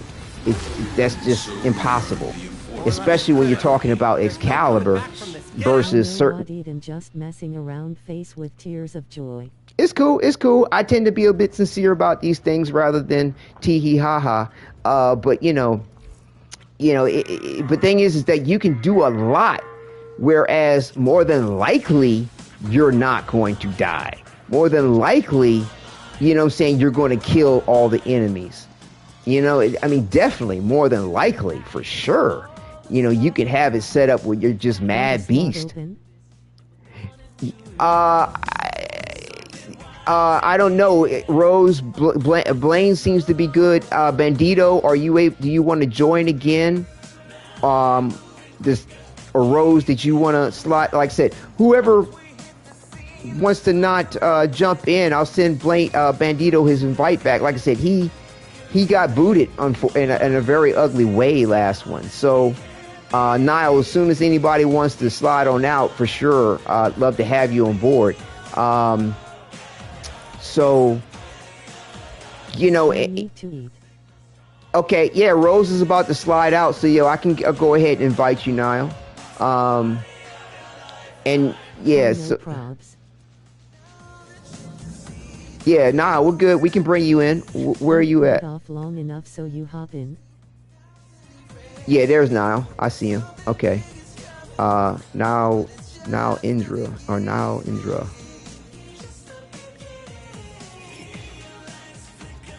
Yeah, I mean, like I said, there are a lot of ways to survive, you know, I mean, but you just have to compensate for the unknown, in my opinion, if you're doing what I'm doing, which is having an Omni build where it doesn't matter what mission I'm going to.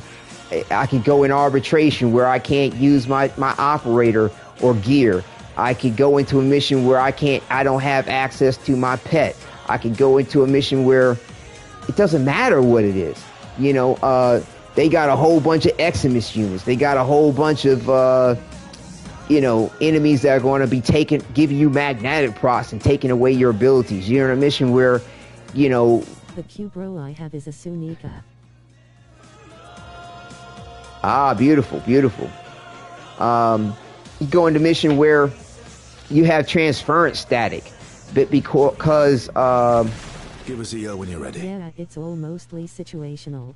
Right, because I have... On my Nightwave weeklies, just remembered resets tomorrow, lol. Okay, cool, bet. So you're going to go ahead and do that, and we'll go ahead and...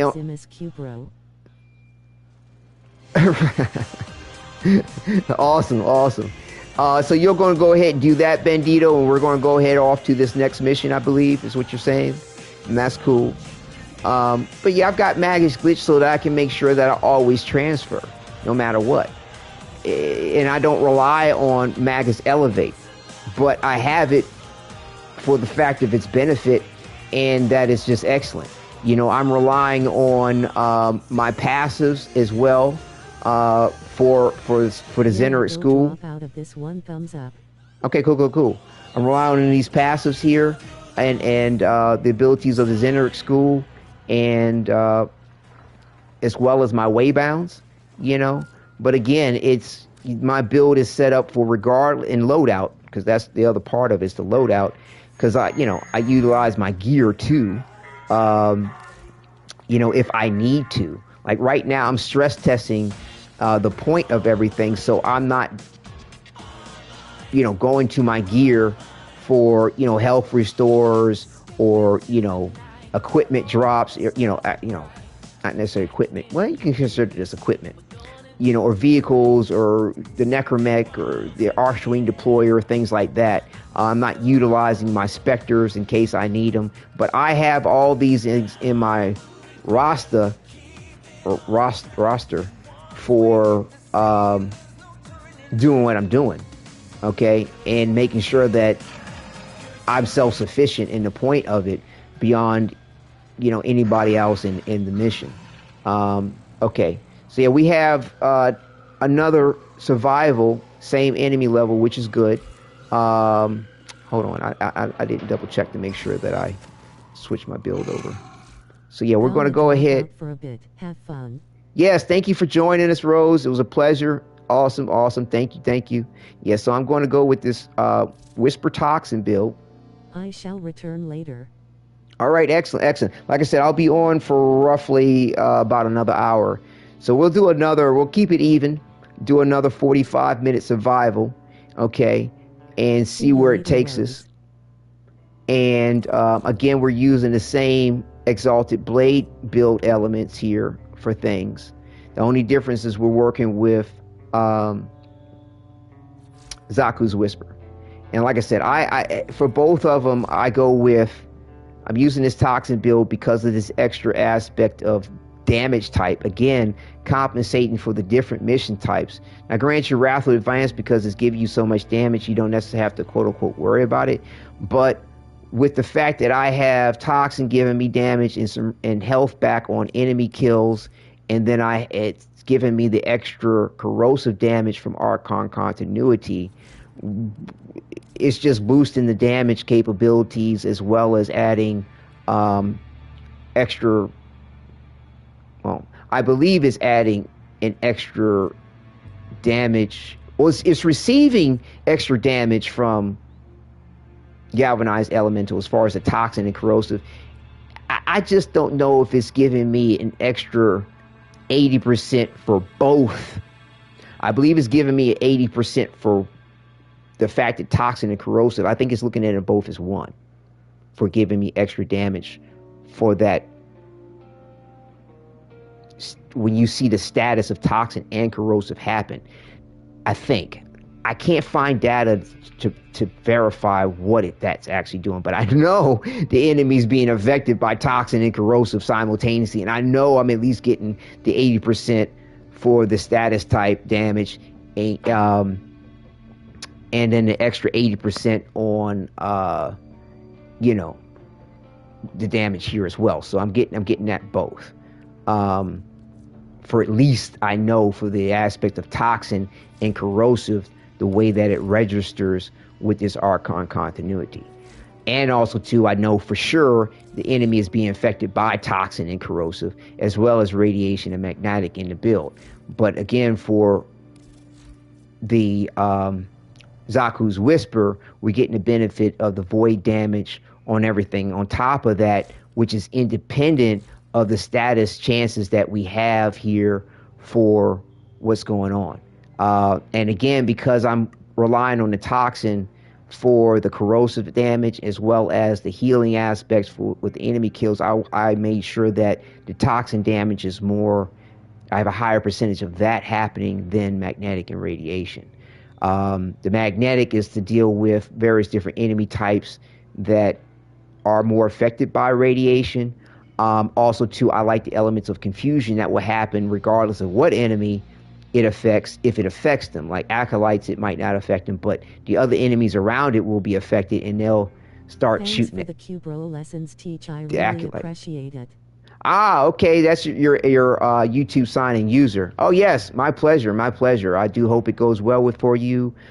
Do ask any other questions. You can join my Discord as well, and also too, you can make comments on the videos, the last two ones that we did when we were doing the reward for clan rank reward for Bandito and Harlow, and I will put up the Discord link there too, and please do join us there for all things that you may enjoy. And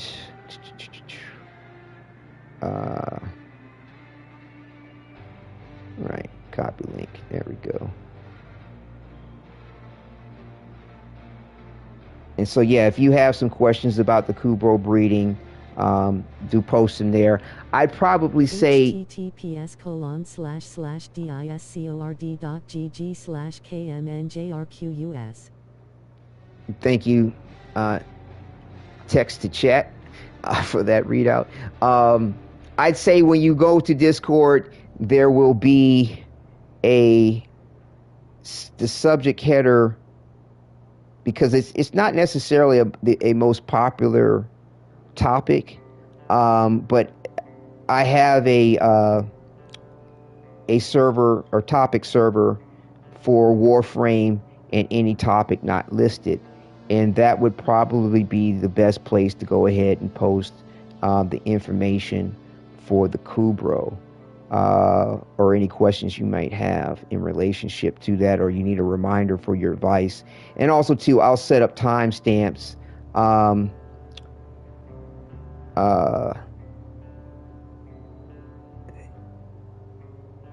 in this broadcast, which will cover the point of me explaining things to you, so you can always, favorite it, like it, be nice, it always helps out. I much appreciate it, and share it. But you can refer back to it when you need to reference anything I've said. Now, I won't have subject, timestamps for each point that I'm covering, or at least I can try, maybe to a degree. Or I probably will when I first initially mention the point of it, so that people, when they see the timestamps, will know what points are covered. But because I kind of jumped around, conversation was broken up, it's too whack to try to put timestamp down each and every time that goes on. But you'll know the time frame that everything was discussed. You'll see what points were discussed when they were first mentioned. I'll do that. And of course, if there's further questions, you want a little bit more clarity if I wasn't clear, you know, you can ask in Discord. But yeah, this would be the subject Discord.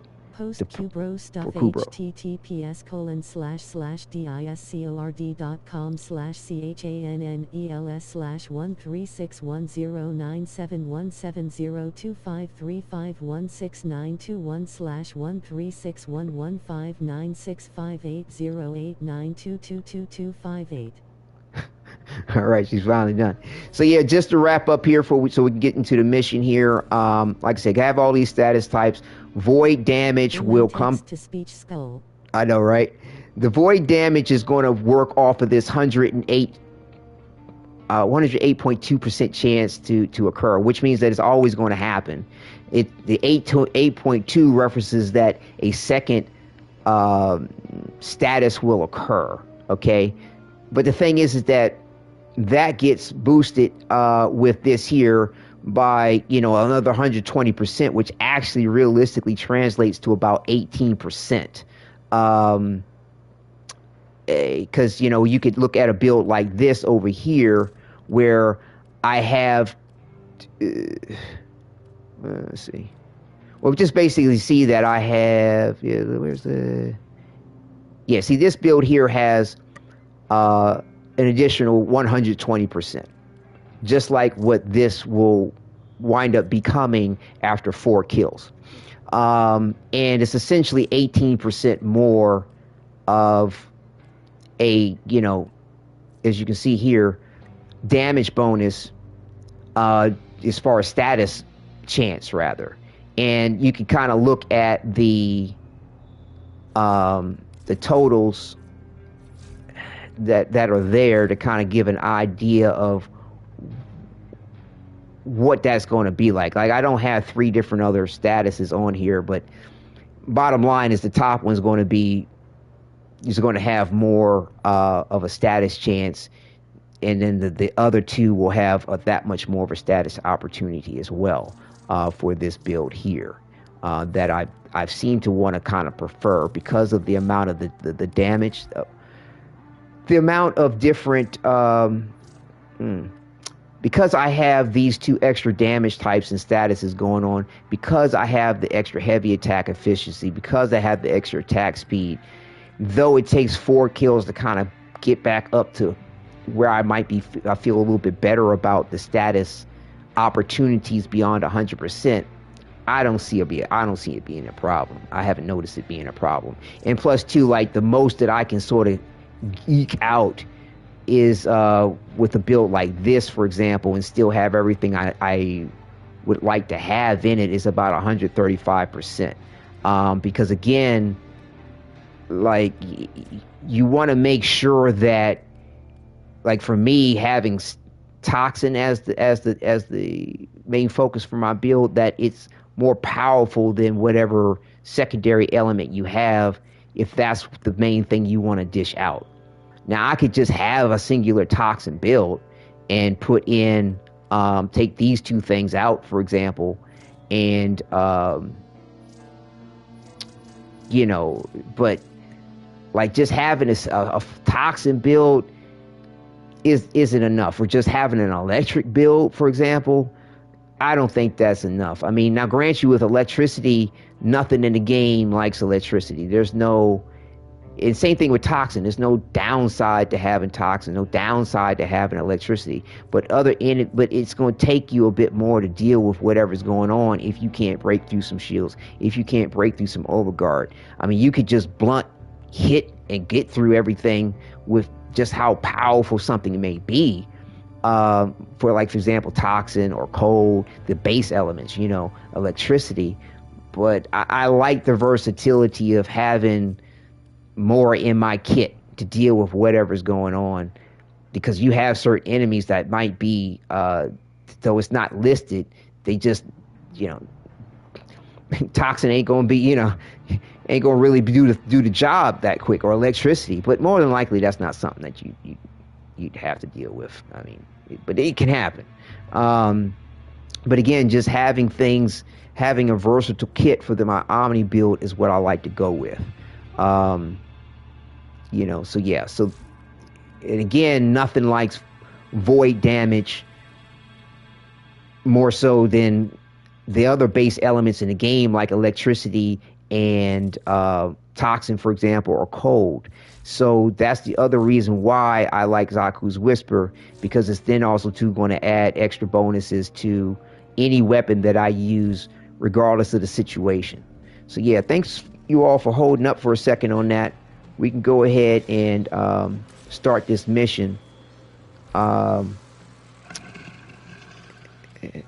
was the right one, wasn't it? Hold on. I think that was the right one. So yeah, K Blaine and Nile, if you all are ready, I apologize for the delay. And yeah, that's the survival.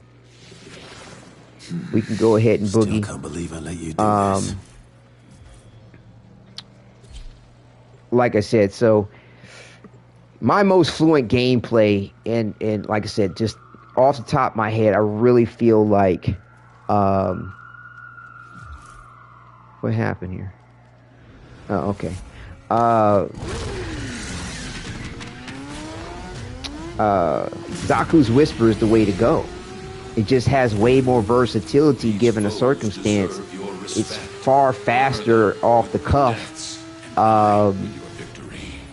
If I have to use a weapon, for example, I'm not sitting there going, oh no, I can't use Wrathful Advance. It's just, I don't know. Like I said, and then plus two, like I don't have to think about it. I hit it and go. It's a done deal. So like I said, I'm gonna spread on out here, get away from folks. If y'all can stay up near the front or whatever, however it may work for you, that'll work. Sit too long, and they'll spawn the same sort of thing, but you know, with a crap. And we'll rock on out. Shoot off any buildup before it converts you to past tense.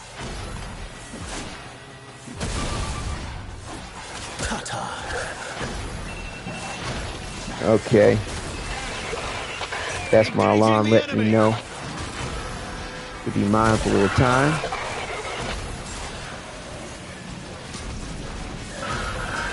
So yeah, we'll give it to 45 here. Like I said, as long as I'm done by 4 o'clock, I'll be happy. So that gives us 45 minutes to go ahead and rock out. And okay, people are around me. Let's see, where can I go to get away from everybody? Still not far away. My code is working. Hell Scrubber's primed. Okay. Hey, whoever's following me here, can you go back over there? Is that who's huh? How did they join the mission? Not everyone can see. Hey, let's abort here and go to, let's make it private. I guess I didn't set things right because they don't know what we're doing here. I need to, sorry about that. I guess I didn't double check the way the mission was set up. I thought I had it on invite only. My bad. Hold on, let me get you back in here. I was looking like, I was like, who is that following me? Like, that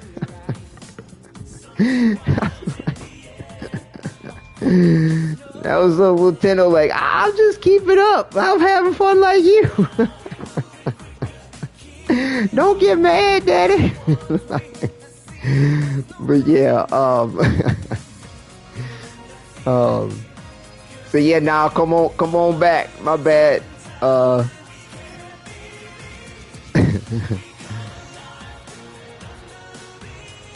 like, I'm trying to get away and somebody is still giving me affinity bonuses. and whatever potential buff they got going on.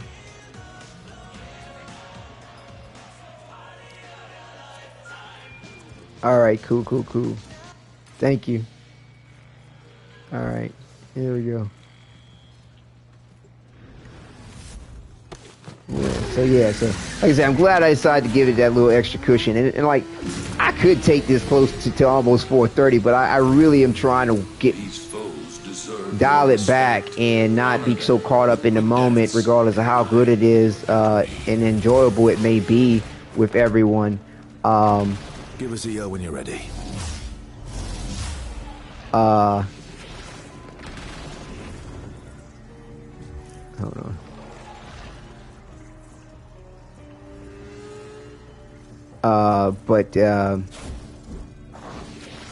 You comfortable enough in there?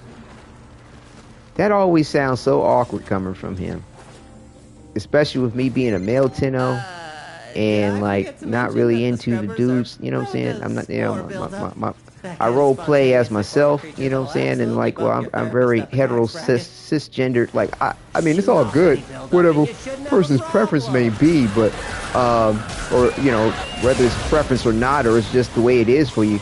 But like, I you know. All right, let me get away from everybody. But yeah, it's not my bag. So like, he'd be like, I hope you're comfortable in there. And it's like, I ain't trying to get comfortable. But you know, let's keep the context proper there, partner. You're gonna lose that scrubber, bucko. It's a mental thing, I would think. It's he ain't physically up in you, bruh. Like, you know.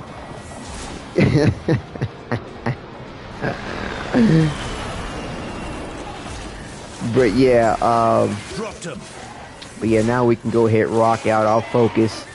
Told me to strip him down and clean him like a weapon. He's a freak. You know,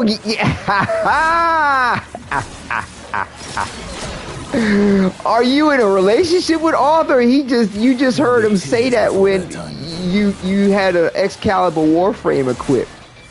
Like, what was the context in which that happened? Were you running around as Excalibur Warframe with the Gemini skin equipped? Like, how did that come about? That's hilarious.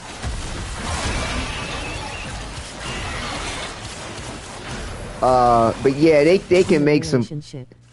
Okay, that makes sense. Okay, because I was about to say, I hope I don't run across that by happenstance, because that's a little extra special.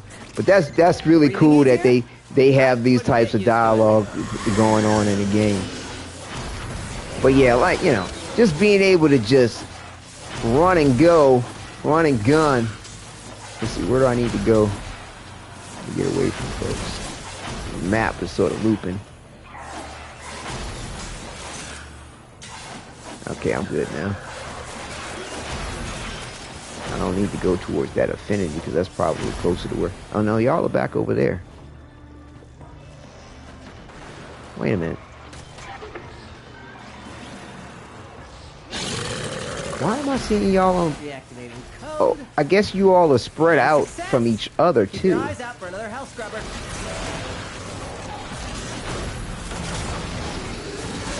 Well, if we're all spread out, I don't know how big it's going to be for me to get away. Let's see, where can I go?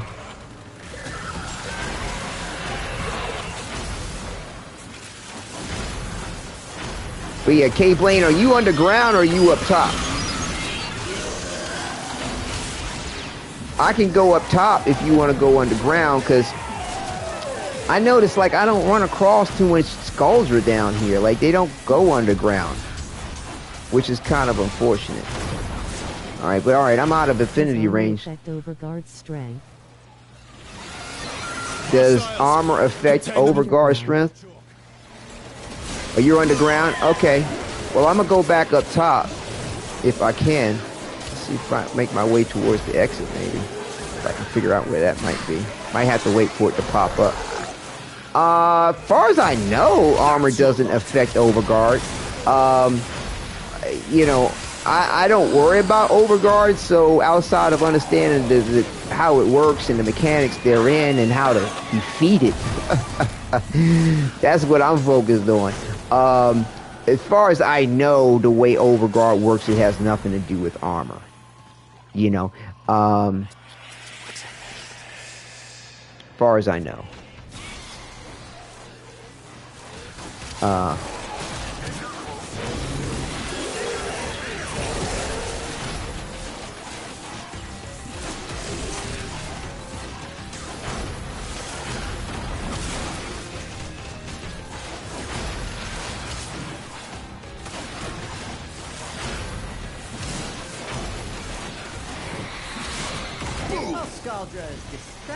That was a nice little fight. To make some new acquisitions, like this. Don't worry, I'll share. Extraction is ready. I can't ask you to fight any longer. All right, let me try to see if I can't work up towards the exit, so I can start fighting skulls or something. Because to me, skulls are a little bit more. They're a lot tougher. Just with their strategies and tactics and their weapons. So yeah, here we go.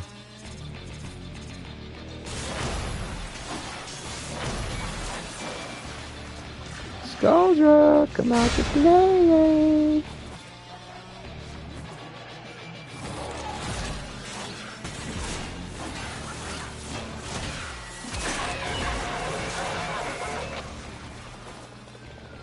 Come out to play. Target is down.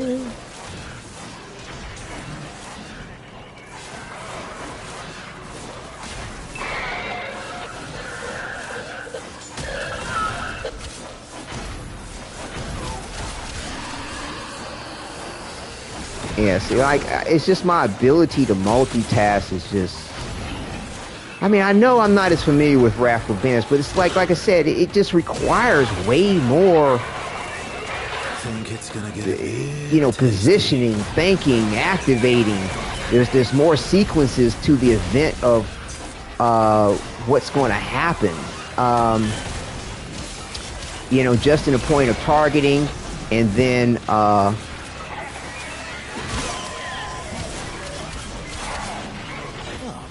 somebody's pet's down. Who's up here by me? Hey, I'm okay now. Now, why don't you go back down? Let me stay up over here by the exit, please. And then that way, you know, you can do your thing without me getting in the way, and I can do my thing without you getting in the way. I'm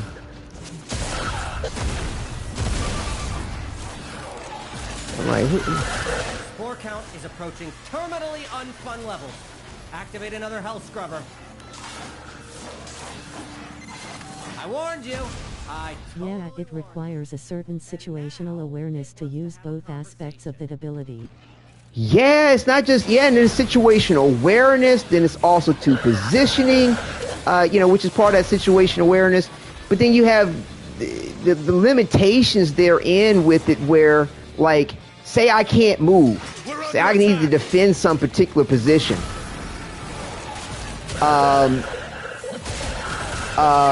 You know, like a defense target or a mobile defense target, or there's just limited room on some particular platform that I'm on. Maybe I can't teleport to the enemy because it's out of range. Maybe I can't teleport to it. Instead of holding my guard, fighting the enemy, defending and knowing where it's at, I gotta then point to the ground and then activate the ability to teleport in my same position. That's some cumbersome shit. That's time consuming as fuck. And you get killed, you know, potentially doing that because you can't hold your guard up against the enemy with your waylay weapon. You know, you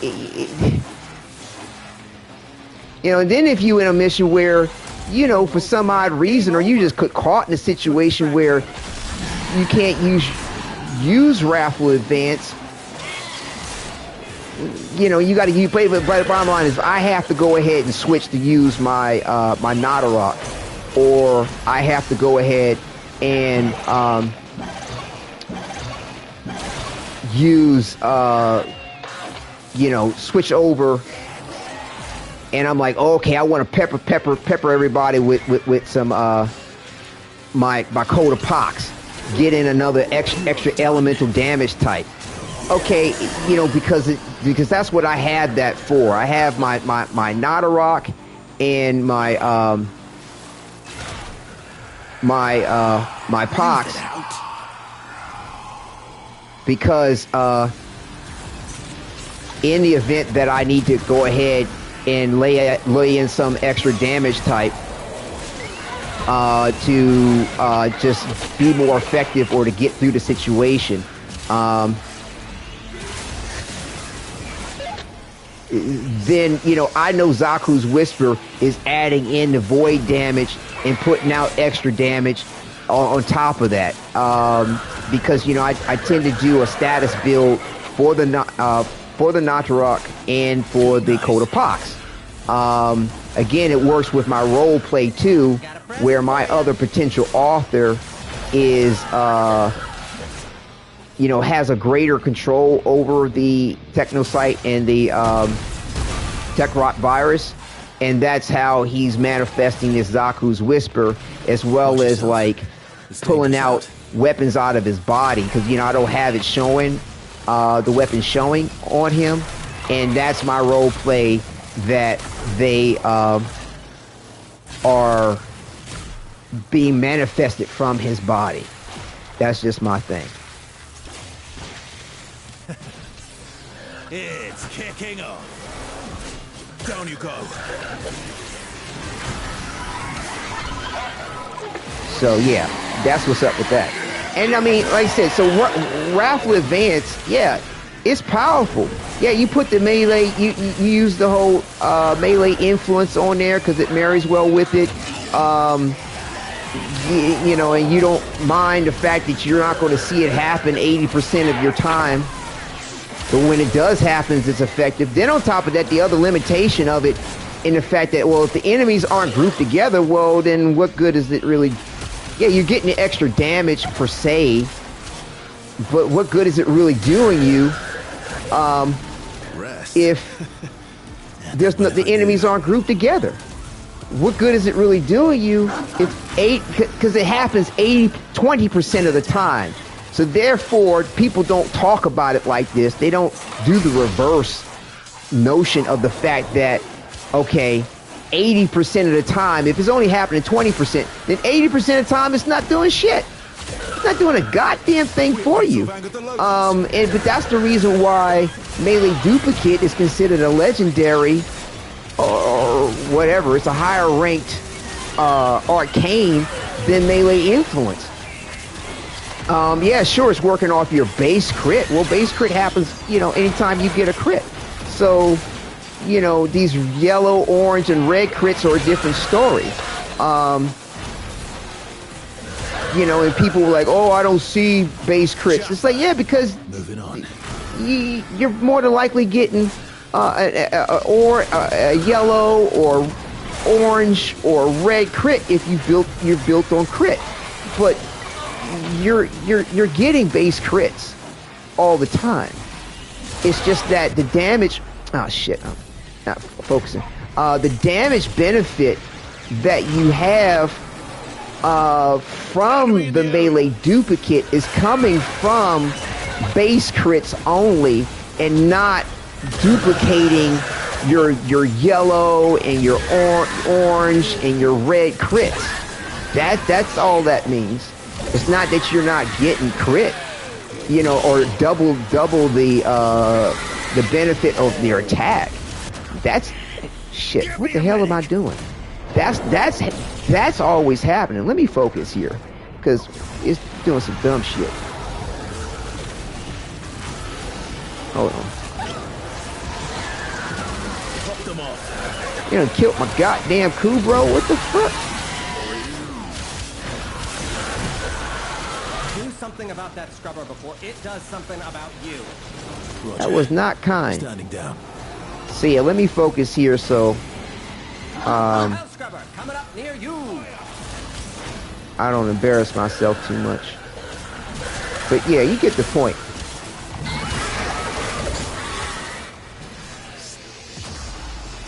What the fuck? What's hitting me? What the fuck is hitting me? What is hitting me? That's all I want to know. Because did something hit me from behind? Because like I couldn't see. I honestly did not see what hit me. And why are there so many of these things all of a sudden? Let's get to business. I know if you don't destroy the Hell Scrubber. What the fuck is happening with this shit? What am I missing from the equation? So yeah, maybe the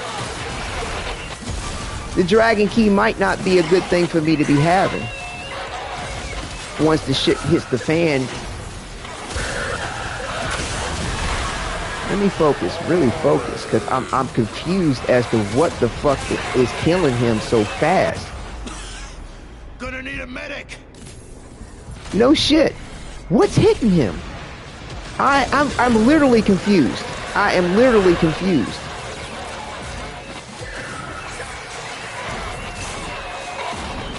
Oh, wow. I am learning some new bad words on the Scaldra comms.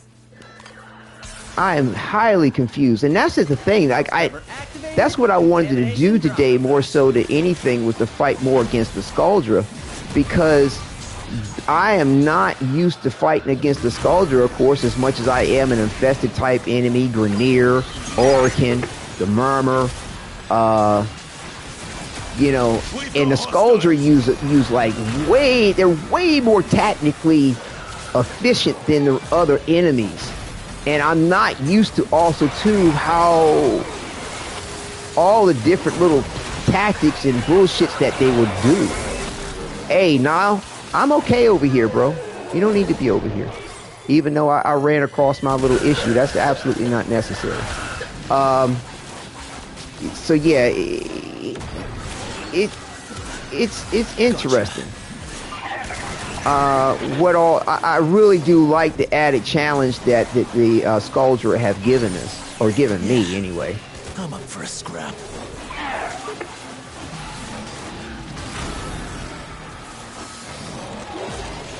Like, see, I could never do what I just did with Wrathful Advance, where I'm blocking, I'm jumping, and I'm activating my ability. Never could do something like that with it.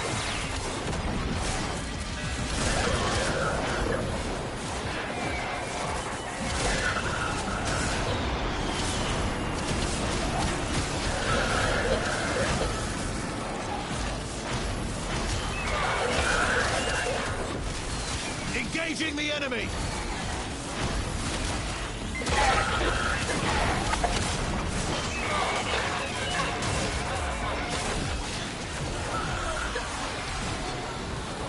Yeah, I might want to take the Dragon Key off. Like, I don't know how much that's really helping me. It might be hurting me more so than not.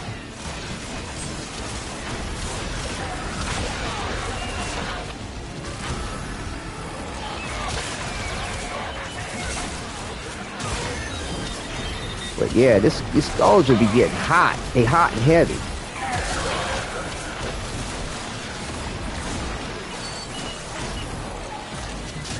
Do not even start.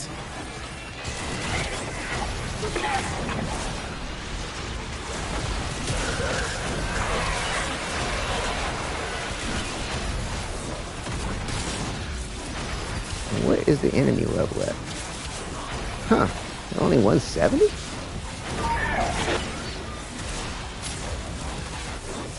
How's that?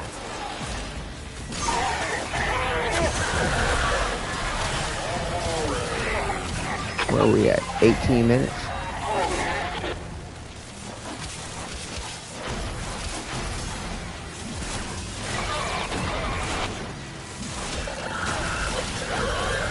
Yeah, this to me, this is fun. Like I said, I haven't had that much opportunity to really be in the hard grind or the hard combat mix with this. Like when the content first came out, I was really focused on the role play with the chem chats and just getting, you know, various different missions done to just get the chemistry points. versus like, oh, okay, what are the enemies doing? What all do I need to keep in mind? What's the best strategy? I mean, of course, I realized real quick, like, you see these fucking green things and that beam shit come down at you. You need to go ahead and make sure that you target. Hold on.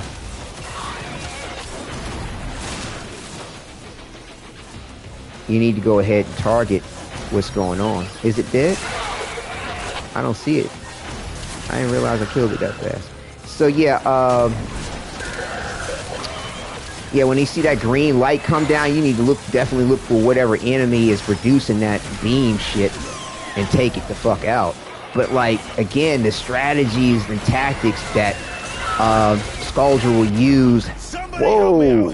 I ran into the wrong thing. That's not good. That's not good. Why is we got Nile around again? Hi, Nile.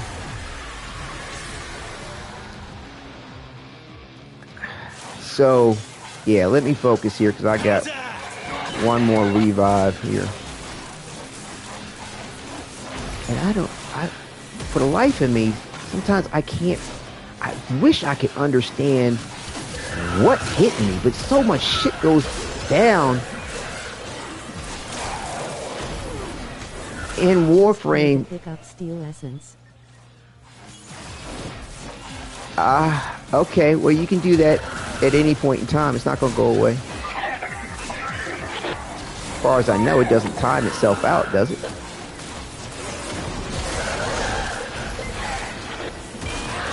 Does Steel Essence time itself out in a mission?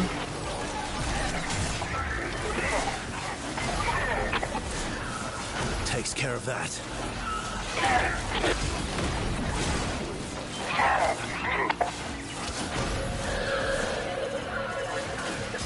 Eyes on!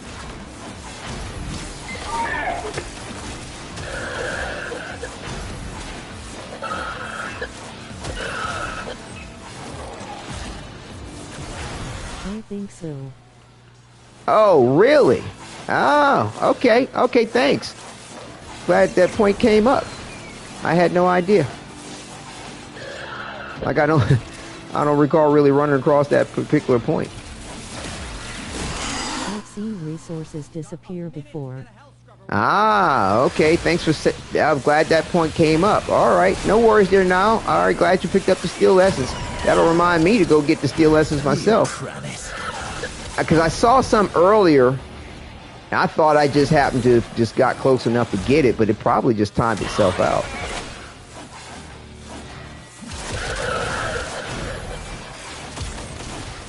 Yeah.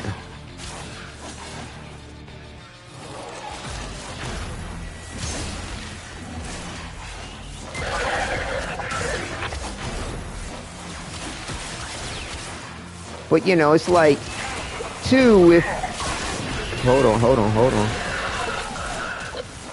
Doing what I do with this here, it does allow me to use everything to be effective. Engaging. Versus just a one-trick pony.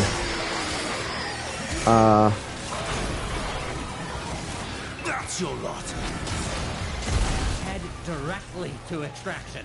Do not pass go. Do not collect 200 hollows. I got this health scrubber here.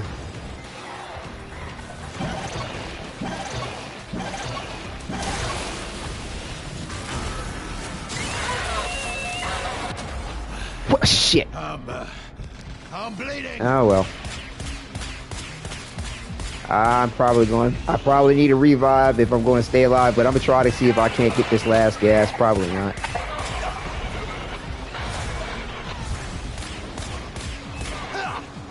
I don't have my 10-0 set up. Nope, I'm down. Oh well. Oh well. What's that? Somebody's revived me. Thank you. Let's get back into it. Somebody revived me?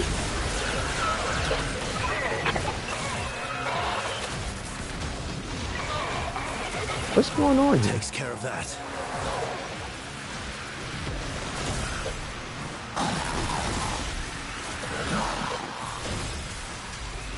Okay. That was confusing. Scaldra is nutting up. Everything dying.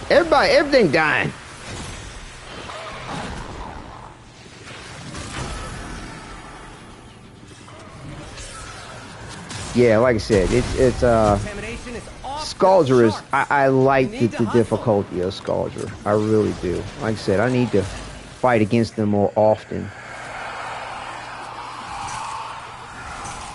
But yeah. Yeah, nah, you're good. Appreciate the hand there. So no, it's definitely experience. But yeah, I don't think that the Dragon Key's helping me out that much. It's not advantageous.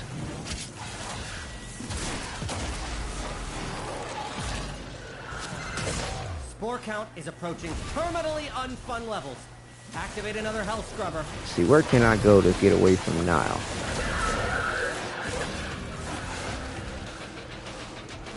Is there some vital essence around here?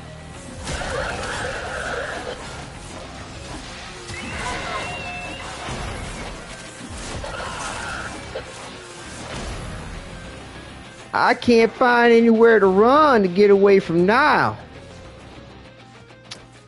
Let's see. Without getting to the exit. Yeah, my back's to the wall now. I can't go anywhere, bro. Is there anywhere else you can go, please?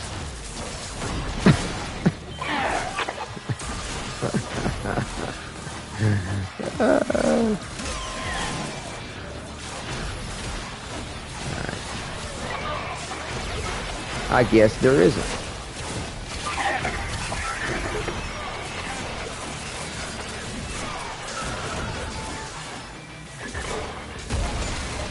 Spore level's critical.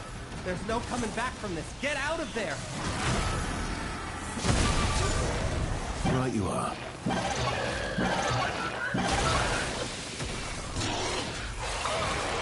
Zone is hot. Watch yourselves.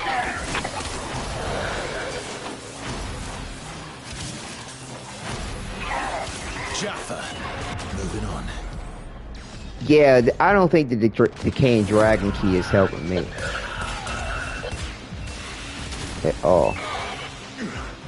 Now there's my alarm. You, mate. Yeah, it's not. What just happened? Keep an eye out.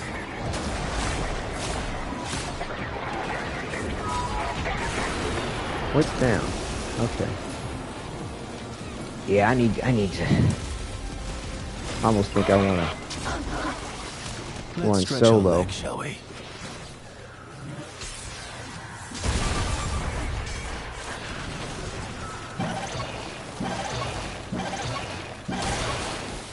Maybe bring my Vasca next time.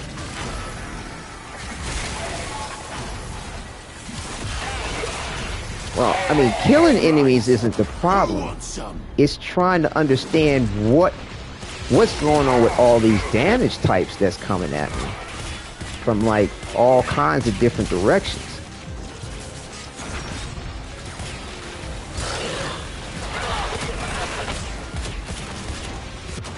That's what I'm confused about. But yeah, see, like with this situation here, with all the way the Scaldra are sort of grouped up, like melee influence, once it kicks in, would definitely be helpful.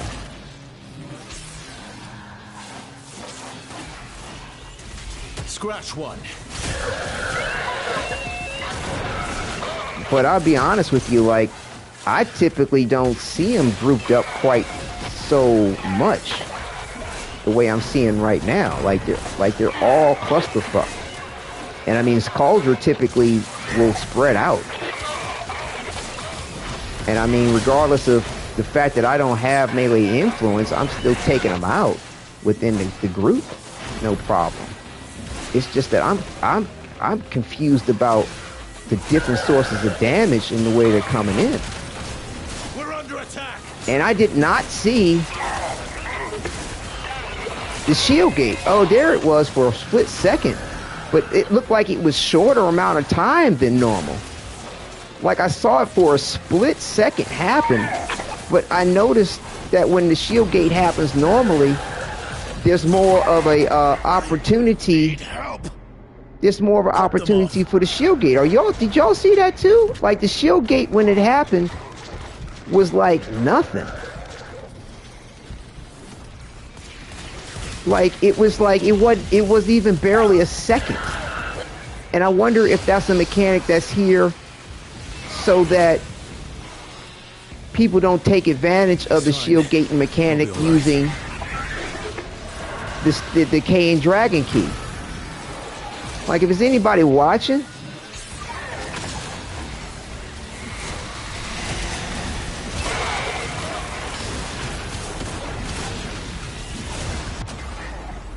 dude, where is my shield gate? Like I said, it happens, but it's like non-existent. It's non-existent. Won't forget this. See, there's the revive. That was the revive invulnerability that you get. Contamination is off the charts. You need to hustle. Yeah, did you see it? I just watch and play to see. Well, yeah, no, Harlow, you're cool, but if anybody else is watching and can make a comment, watch when my shield gets to 0 and how fast the shield gating mechanic disappears.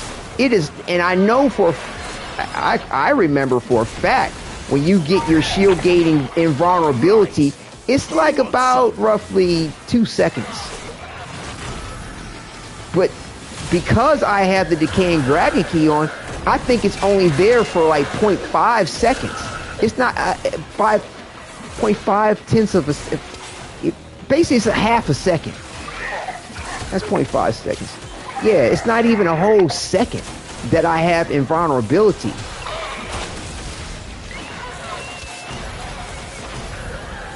Because that was one thing that I did take notice, even though I don't rely on it. I have become accustomed to using the point of it when it happens, and I noticed that I wasn't seeing it like I normally see it happen, and that's because it's barely even registered. It's barely even a thing. It happens for far less period of time.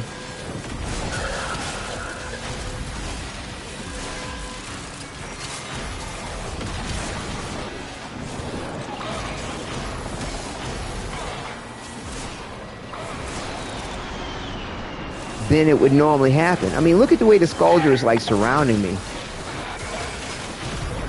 Like I said, melee influence would help out when they're grouped, for sure.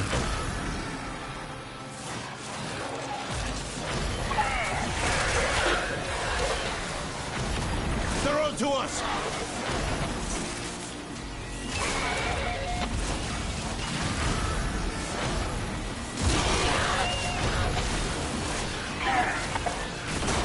Oh, it's getting hot in here. Let me be aware of my environment here.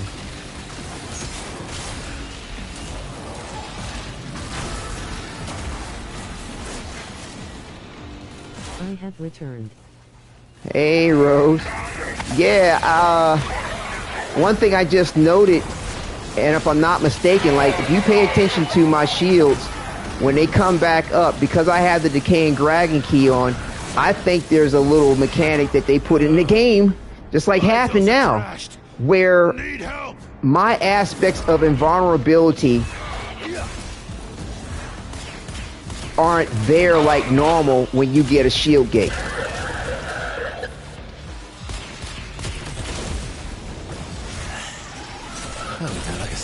They're not there.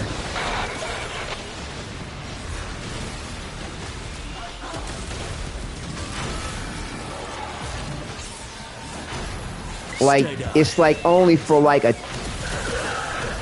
half a second. Whereas normally, if I'm not mistaken, you get at least 2 seconds of invulnerability.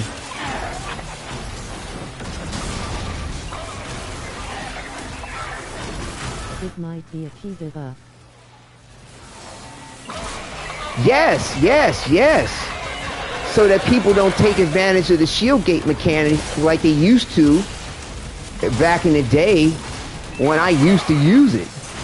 And other people did too. It was like a purposeful thing. People would like mod out their situation where they had hardly no shields. And they you know, Warframe, you know, DE was like, nah, we're not trying to have you continue to play that. But that was a thing for a long time. Don't go too far off.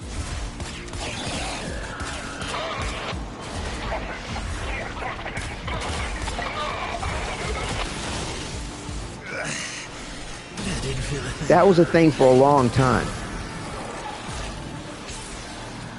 And now that is not a thing. Over to you. Like, I can't remember the last time I saw somebody with use a Decaying Dragon Key to keep their shields low. And I haven't heard of anybody recommending it either. I mean, of course, because overguard is the thing to have nowadays too. But I'm quite sure that I am not getting what I normally should get for a shield gate. They're down.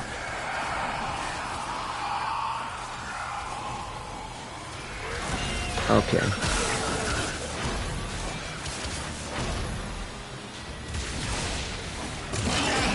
So in other words, if I don't go over there and get the steel essence, A minute to get a hell scrubber working. yeah, I'll use this one here. I'm not worried about the steel essence today. I'd rather stay focused up here. I got another hell scrubber over here too, so it's all right.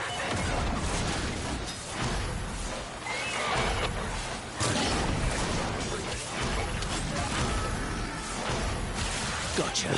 Yeah, I love the strategy. I love the tactics of the Strauger. They are definitely way more challenging than the other enemy types. But yeah, the Decaying Dragon Key is not helping me at all. But that's what I was commenting before, that when I mentioned it earlier, like for a while now I found the Decaying Dragon Key to be more of a disadvantage than not. Especially that, you know, if I'm playing like Steel Path all the time, like I don't run across issues where, or most of the time I'm playing Steel Path, I don't run across issues where enemies aren't cutting through my shields fast enough for me to get energy.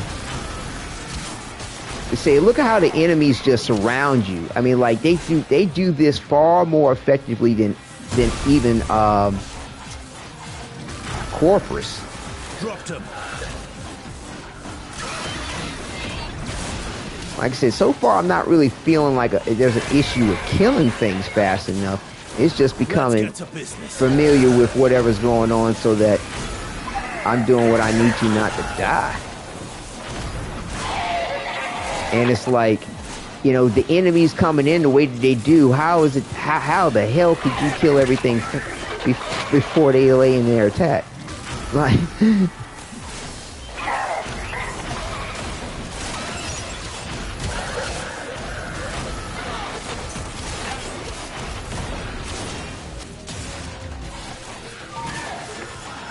I'm not a fan of the explosive Eximus. With my Overguard being maxed out, they one-shot the shield. Haha. And Murmur, my favorite factions to fight next to Grenier. Right, because they easy going. I mean, to me, the Orc and, you know, the Corrupted ain't shit either.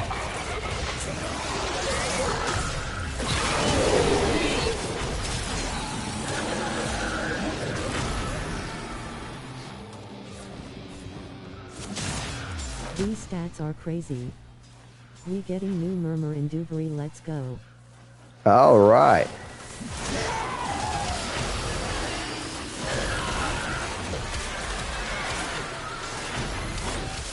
Yeah, and that red shit that they put down. Like a curse. That they're projecting onto you. Hostile. I mean, like, Engaging.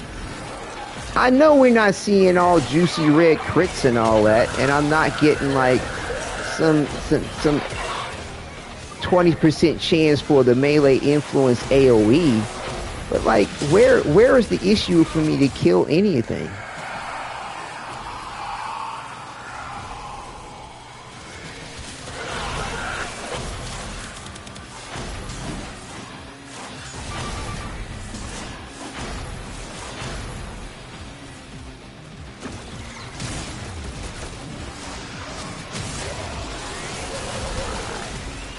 Oh, that button stupid for some reason. The wrong time. Down you go. Oh shit! Need an assist. I had his ass was over here. Son of a bitch! I ain't realized that, bastard. I did not realize his bitch ass was over here too. I was focused on the wrong shit. Oh well, that didn't work.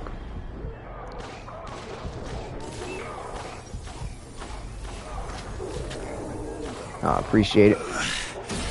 It's clean. Good. Yeah, like I said, getting my shit together will help out tremendously. And I mean, shit, it might come out to be that, hey, what I'm doing is just ain't, even though DE allows you to do it, it's just not a viable mechanic anymore to kind of health tank or to use the systems that they have into play. Like, I remember DE talking about, yeah, we're going to be looking at health tanking and this, that, and the other more. And this might be the reason why, because it's just, you just can't really effectively do it anymore. I mean, I seem to do well at it, but again, the only reason why I feel like I'm having this issue right now is because of familiarity with what the fuck all is going on. Because I mean, there is a literal clusterfuck of shit happening when, you know, with Warframe and the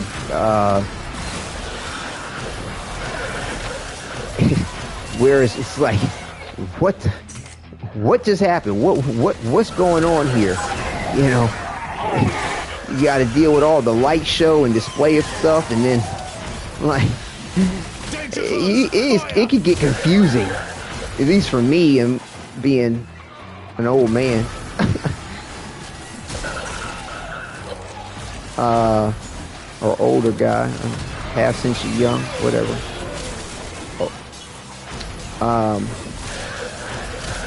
And so yeah, like, that's the reason why I keep my opacity. Yeah, we can head out at 45. It's cool. I think that's the next gap where we still get the benefit of the rewards. Gotcha.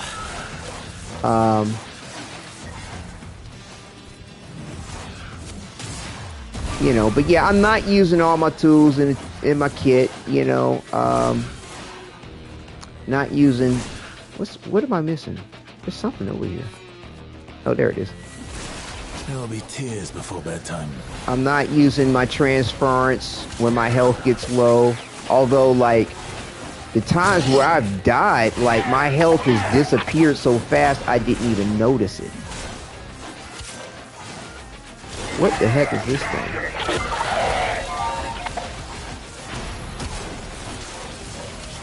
So, you know, live and learn. Yeah, I mean, it might be better for me to go ahead to the whole overguard, you know, equilibrium thing. You know, rely on health orbs and drops. I don't like that idea personally. Like,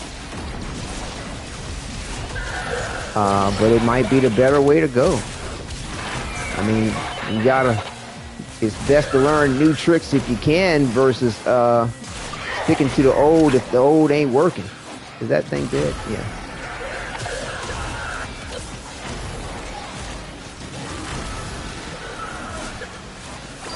We've got hostiles.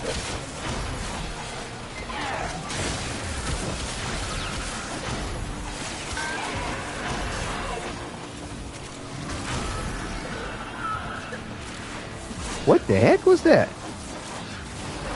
Did you see that blob, that green blob sliding around on the screen? What was that about? You pranny. All right, 2 more minutes.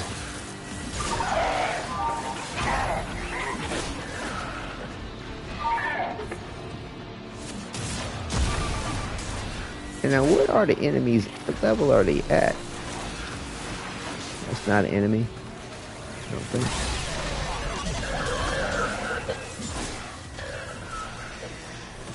Man, that dog is confusing me.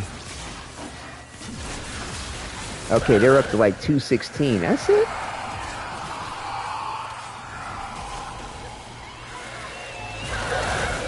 Do not even start. Is the asshole over here? Determination is off the charts. Yep, You need to it hustle. sure is.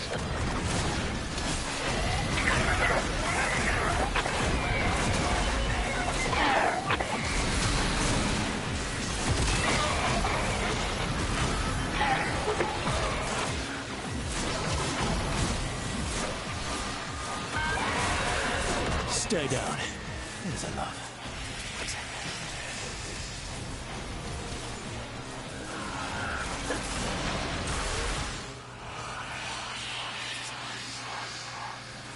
Yes, you dangerous for you. Yeah, what do acolytes would? They blindside you. Well, at least me, with the way I have things set up. That's my ass. Critical. There's no coming back from this. Get out of there. I got health cover here. Thank.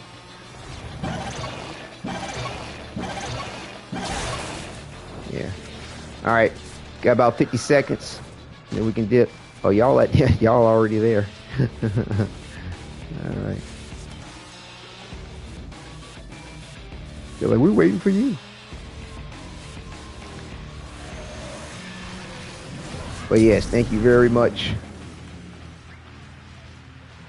Oh man. And yeah, so that was good there. I just need to go ahead and practice against the Scourger a little bit more. Let's make these bastards pay. So I'll go ahead, wrap the broadcast, review the footage, give some food for thought. You know, I might do another test video if I have some ideas on where I might want to try to improve on what's going on, or just test out, you know, just have a gameplay feel for one of these overguard equilibrium type builds that I've never tried, because yeah, I have tried it, but it was never really a thing to do. Even though I tried it, it was like, well, I didn't need it. And then when I run across missions where, like I said, back in the day, they have adjusted things in the game. I kid you not, there was a good period of time where you're lucky if you get a health drop, or lucky if you get an energy drop. And yet, that's where equilibrium came into play to help out the most damage players. Yeah, Clerval's Beast. Yeah. But we all did our job, though. I mean, we're all right here in the 30s. How I have 1,000 kills. Right. Neil got the most kills. We're all right there on the same line as far as damage dealt. I'm sitting here talking my ass off, trying to explain things, not being able to focus. So, you know, give me a little bit of a leeway on that one there. But yeah, I mean, but K Blaine, just looking at the stats, no excuses. K Blaine here, you know, dealt out the most damage with the least amount of kills. You know, 479 melee kills. But, you know, Neil got the most kills at 912, right? He dealt the least amount of damage, but got the most kills. To me, regardless of how much damage you kick out, killing more enemies is where you're going to get more opportunities for health more opportunities for. Why can't I get into my back room? More opportunities for the drops. Hold on, let me invite everybody back. Hang on one second. But you know that's why I couldn't get in. What do they call this? The scrubbers or whatever, the life support stuff that drops when you are in a mission. You know what I'm saying? They're going to drop based on kills. You see what I'm saying? Versus, it's not an automatic thing for it to happen. I have returned again. All right, great. I don't know if are you in game? You're just back in the broadcast. Welcome back there, Rose. There was a spider on my keyboard. That was a mess to deal with. The echoes of the spider frame yet to be.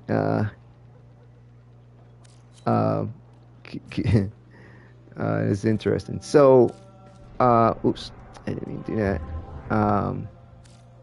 So wait a minute, where were we here? Watch yourself. All right, got about 7 more minutes if I'm going to stay on the time. Oh darn, did I lose access to the last mission results? Oh, here we go. So, like I said, so with Neil getting roughly 200 more kills than myself, and then double the amount. Spider frame. Right. And then Neil got double the amount that Kay Blaine got. That's given us more opportunities for life support and everything like that. Nobody died but me running my mouth. And, like I said, I've honestly, kid you not, have not really played against the Skuldra that much since all this started in a way that I'm trying to play against them now. Now, yeah, that's like, you call that a cop-out, you call that excuse, and I'm talking on top of it, but just give me a little bit of credit to trying to do all this at the same time. But nevertheless, though, with, like I said, it's the most positive element and the thing that I pay attention to most, regardless of who got the most kills, or who actually did the most damage, is how relative these damage numbers are. We all, in my opinion, played our part well as a team and were equally effective in the damage that we were dealing. That's what this means. Regardless of how we were doing damage, we were all equally effective in doing it. Now, despite that, Kay Blaine got, Harlow did the most damage and dealt it the least amount of kills. 19%, what fearful face. That's crazy. Well, yes, you took 19% least damage. Whatever you had going on for your build, that allowed you to take the least damage. My build with a Decaying Dragon Key and having 0.5 seconds of a shield gate, yeah, I took the most damage. Yeah, but matter of fact, before I forget, taking that fucking key off, that shit is not working. That shit is not working for me at all. And I honestly think that they've got that set up to keep people from taking advantage of the shield gate. Honestly. Because play back the footage. My invulnerability period was gone like that. I saw it go gray, boom, gone. Saw it go gray, boom, gone. I need to do a survival run and get my accuracy record back. Okay. Yeah. Love the Raiden fashion. So, the Raiden fashion. Oh, yeah. Not now. Yeah, I mean, yeah, the riding. Yeah, without a doubt. That's what's kind of cool. And they're also one of the reasons why I haven't started putting the loincloth back on, because of the Umbra, because there's so much detail to appreciate with Arthur's outfit. But yeah, so like I said, melee kills, so you got total kills and everything like that. Neil topped out yet again. I should dig it up and post it in the Discord. Yeah, please do. Please do. Please do. Let me move my camera out the way. But again, I wasn't in it to try to compete, you know what I'm saying, against anybody. So, I mean, I could put a more competitive mindset to it. K-Blane came through with the rescues. Thank you. And let's see, firing accuracy, like I said, Excal's my thing. I'm you know, even while talking and jibber jabbering, not used to whatever. I'm used to aiming with my Exalted Blade. 56%. That's crazy. You know, we're all roughly the same as far as activating our abilities. K-Blane was a little bit higher, probably because of the Wrathful Advance and making sure that was doing its thing. You have to refresh that pretty frequently. Yeah. So like I said, came in second on melee kills. But again, that's impressive, K-Blane, Harlow. That is absolutely impressive. They have the most amount of damage and the least amount of kills, almost by half. That's crazy. You kicking out some serious damage with that Wrathful Advance. And Neil, what were you doing? Okay, y'all mind linking me your builds real quick so I can take a quick peek at that before we close out? All around. Yeah, they were. I mean, everybody's doing their thing, you know, without a doubt. You know, I'm just not as up on my game because at number one, I wasn't competing. I hope everybody else wasn't too. But either way, I'm talking, I'm running my mouth, not as focused. And Skuldra, like I said, I honestly do. That's my bad. I posted my accuracy in the Discord XD. Okay.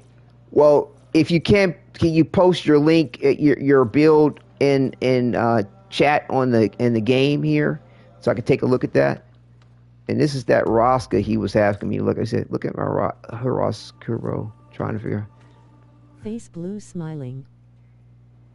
Right on. Yeah, I don't think this is a Lotus. It could be. Sometimes you have these mangy prints.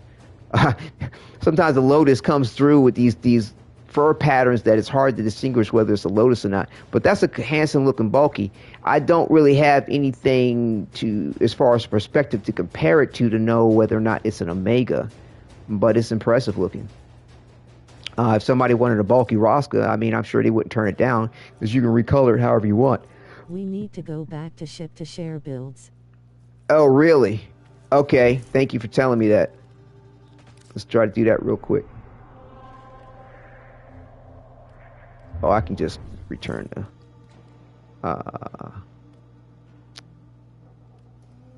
just leave back room.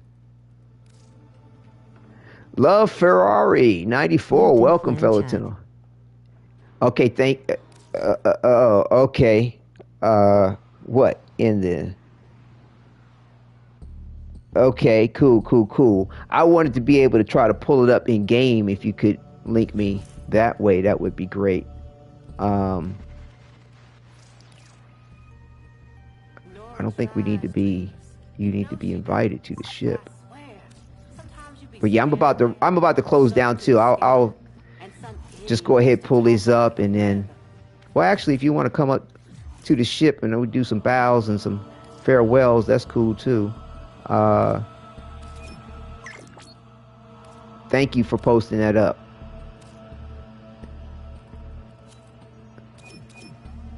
Oh, Base is in the game. He's in the lobby. I don't know if you want to stop up at the ship real quick, Base. That's Quentin. So is Bandito. Well, whoever gets to come on up first is all good. All right, let's see what we got here. All right, here's Niall and his Umbra. So I see you put up stats for your Nikana. Were you using it? Were you even using the Nikana? So yeah, here's his build. Okay, he was working the Forged Javelin Chromatic Blade build. Okay, I think this is what we saw yesterday, which is great.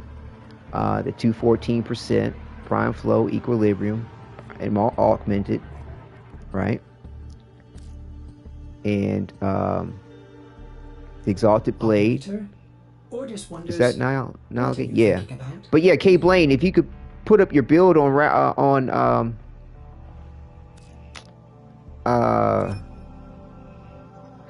why is this looks like my character?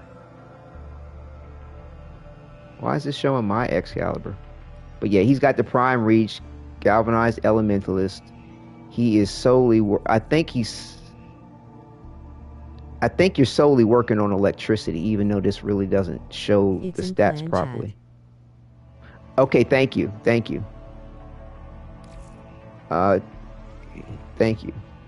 Okay, so he's working on electric damage, even though this doesn't show everything properly, but this is how he's got it modded out and working with the melee influence.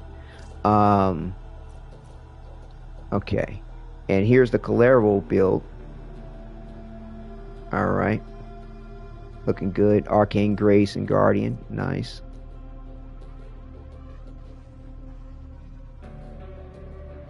This is, you got a quick thinking action going on here. Adaptation, armor, agility, interesting. Okay, wow. Calero was just beasting out. No extra mod, no extra nothing per se for damage. Yeah, it'd be cool if I could see what your shards are like too. Now you were utilizing the Prismascana, of course, because Calero doesn't have an exalted weapon in that way. I need a clan pensive face. I'm clanless. Oh, well, Niall, I mean, we have a slot open if you want to join my clan. I mean, a lot of good benefits, man. But yeah, thank you for sharing those builds. They look great. That helps us. No shards. What? Wow. Impressive. So yeah, with what we can see, don't use your melee on Excal. You can stack all of your other Tenakai mods on it and keep Discipline's merit on Exalted and. Oh, so you're using your sword as a stat stick for your Tenokai, for your exalted weapon. Interesting. That's cool. Yeah, like I said, I have my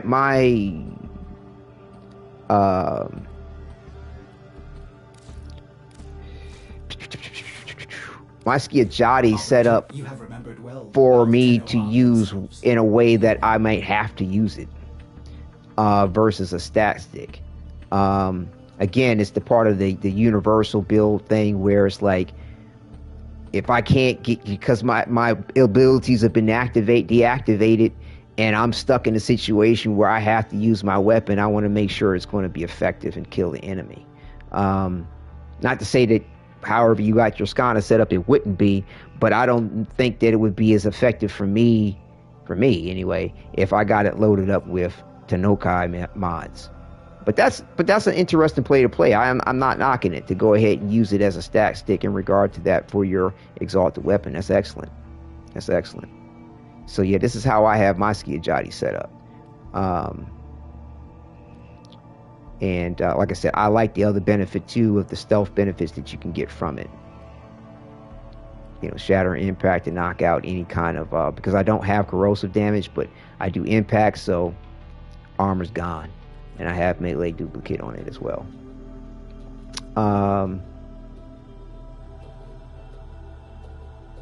Right, 100% chance second attack. So yeah, that's what I'm working with. But like I said, not running with melee influence. And wait a minute, what was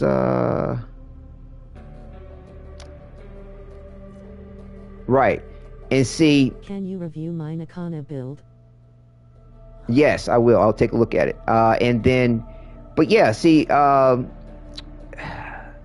K Blaine, aka Vivian Harlow, they did that. She was not using. Oh, so you don't have it on. You just have a different. Hold on. Let's see. Wait, let me see something for a second. So you have Disciple's Merit on your Exalted Blade. And you have the same Tenokai on both weapons. Did I misunderstand what you meant when you said that you have Tenokai mods on your exalted weapon, I mean, or your regular weapon, as if it's a stat stick, because you got the same Tenokai on both weapons, so it's not. I don't think that's giving you different person. Okay. Say that. Oh, my bad, Niall. Okay. Jonathan. Critical chance for some reason. It's at 279% chance. Okay, Jonathan, that was you. My bad. With tears of joy. My bad, Jonathan. My bad. No worries. Sorry, listening and reading, and got to get ready to close down the broadcast.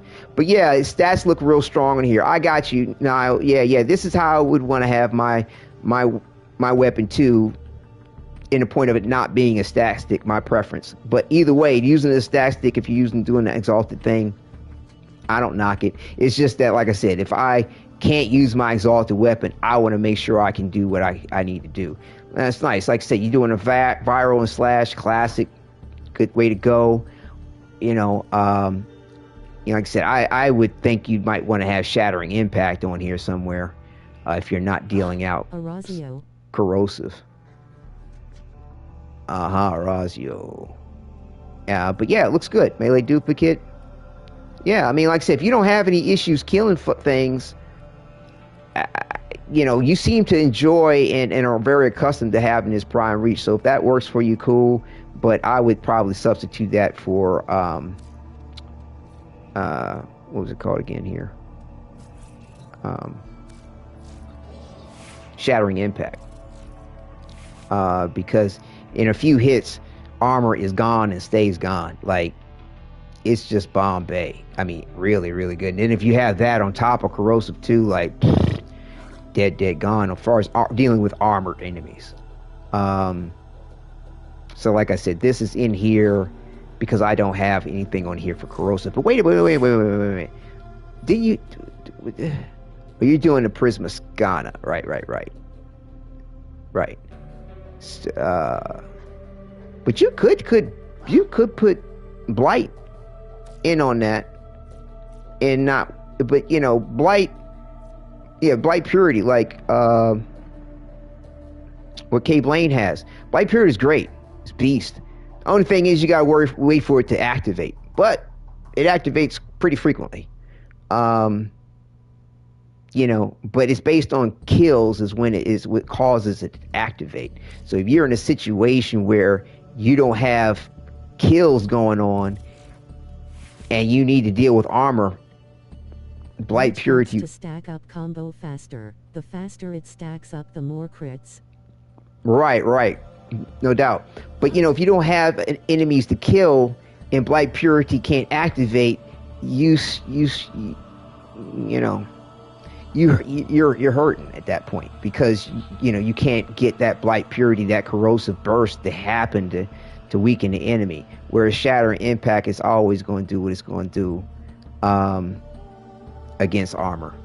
But again, it doesn't do anything for anything else other than armor, versus the advantage of Blight Purity and the corrosive damage it will do that damage type to everything. Regardless if there's acceptable corrosive or not, regardless, you're still getting that damage hitting enemies. But then again, like I said, I have not seen a point where I've regretted having Shattering Impact on my build. So yeah, so we're going to wrap it up there. And again, it was great having everybody join me, in the missions and helping out and with the life support, as I was trying to, stress test the builds. Where did everybody go? Oh, I didn't invite everybody. Did I? I thought I invited folks back to the ship. I was walking around and say, do you need a prime pressure point? Oh, not me. Now, there might be somebody in chat that might, but I don't need no prime pressure point. But yeah, there's Discord. I put the link up in the chat too. You can scroll back up. We can continue more conversations there, or definitely link any conversations relevant to the broadcast on the broadcast. Just comment on it. That helps out with the algorithm, and makes has YouTube going, oh, people are more interested in the video. let's have some other people get in on it too. But yes, thank you for viewing. That is first and primary. You need to invite to Orbiter for us to be there. I thought I did. And for some odd reason, I don't see. Oh, here we go. I thought I did. Maybe I didn't. I don't know. I was, like I said, going through everything here, trying to wrap it up. But yeah, it's been a pleasure. But yeah, like I said, views in and of itself, it's a must for the channel for sure. Trying to reach partnership as well as have YouTube go, oh, people want to watch what he has. But like I said, just in the very bare minimum, it's wonderful to see that people are sharing in what we all enjoy and sharing that with me too. But yes, thank you all, fellow Tenno. Thank you. Welcome. Thank you. It's been a pleasure. And mad kudos for everybody and the way they had their bills set up. Matter of fact, we should try to do this again because let's get on some handshakes real quick. First come, first serve. We'll go through the loop. Yeah, what's up? And wait a minute. Here, get it right. Oops. Okay, all right. And Niall. All right. That's cool. We had 3 different handshakes for everybody. That was awesome. Whoops. I was trying to get a bow. Here we go. Yeah. So, again, it would actually be cool if we did another broadcast where we all kind of compete. Try to do a competition. Go to, say, the Orokin, one of the Orokin Void missions, Tower. You got a lot of room there. More so than these other places. I don't know. We can all choose, figure out something on Discord. I'll invite everybody there. Now you were talking about, and we can decide on something like that for maybe the next, that would be kind of good for the next broadcast next Sunday. Let's try to plan to get together next Sunday so we got and do that. Or if something time comes available soon that, then yes, we can do that then. But 9 out of 10 for me next Sunday was probably going to be the best bet. Right now we got 1, 2, 3, 4, 5, 6, 7, 8. Yeah, we have 2 more slots. And also too, like my wife stopped playing the game 1,561 days ago. If I needed to, she could slide on out, and if she ever came back into the game, we'd bring her back in as, because as she was my clan co-founder. And it was really cool having her, join in and play the game. But yeah, definitely, Niall, I would love to have you part of the clan. That would be super cool. Let's see here. Never a dull moment with you, eh? Niall, profile. Yeah, you're unaffiliated. Holy cow, you kidding me? Rank 23? Well, thank you. It's honor. I feel privileged, bro, that you want to slide on in on my clan, man. Thank you. Come on, bro. Come on in. Invited to the clan. Your master rank 23. That's excellent. Within the clan here, I give credit where credit's due, Because my mom and dad are back from the store. All right. I left my previous clan. Oh, okay. Well, all the research is done in the Ghost Clan. It's not spectacular as far as the oohs and ahs and the way the dojo looks, but everything is absolutely functional. I've structured it so that every level and every area looks like it can fit within what we see on the star chart for our dojo. The way it looks here.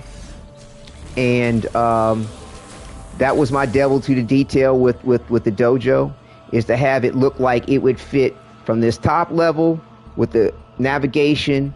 And, I actually even got images of what it looks on the backside. So the dry dock is really on the back. And all the levels look like it would fit from here all the way up to there. There's 8 levels altogether, I think. Everything's functional in its way of being done. A little dark and seedy. And the My way it is, second clan was Lazy Buns. let's take us there real quick. It was Lazy Buns. Well, our clan here is Invictus. It's titled after the poem by William Ernest Henley, which speaks very poignantly to it's a motto. It's a poem that my grandfather taught my mother taught me, but it talks about your unconquerable soul and how that if your head may be bludgeoned and bloody, you are unbowed, and for you have an unconquerable soul. And I feel like that's rather poignant to, fits and suits very well the notion of the Tenno, the Warframes, what we all do in the game. And so I say, Invictus we are, for we are Tenno. So yeah, it's a little bit of meaning, poetic My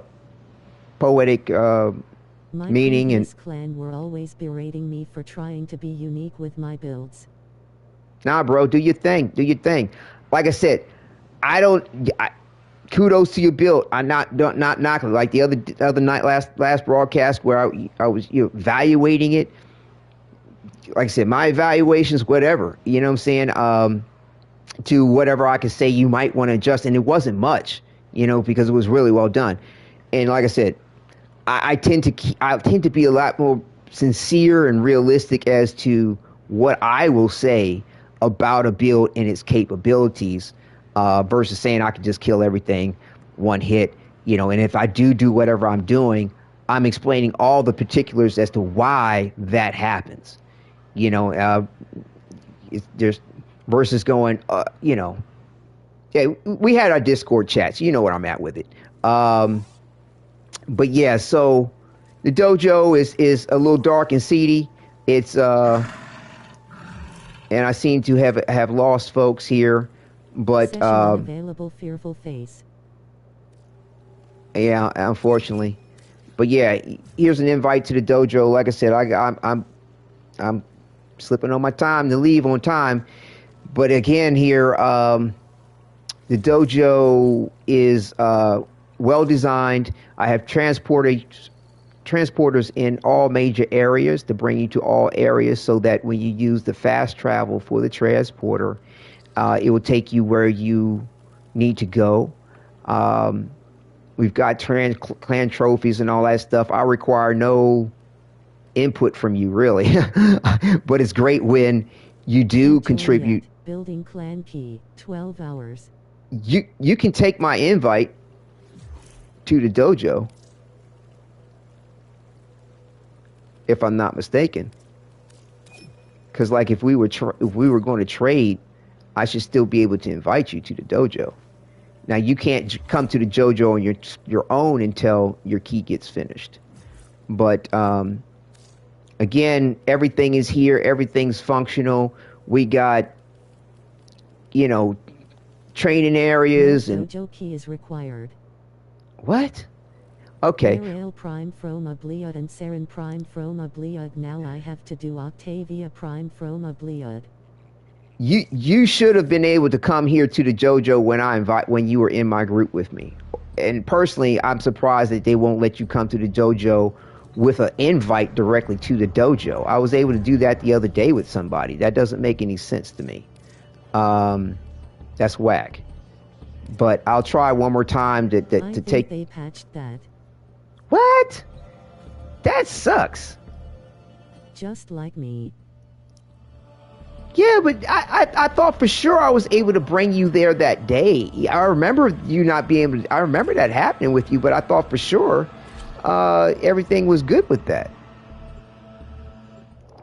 Anyway, we'll try one more time, but you can see here from the broadcast, and I have some other broadcast. You can check the other previous broadcasts too. Flying in then?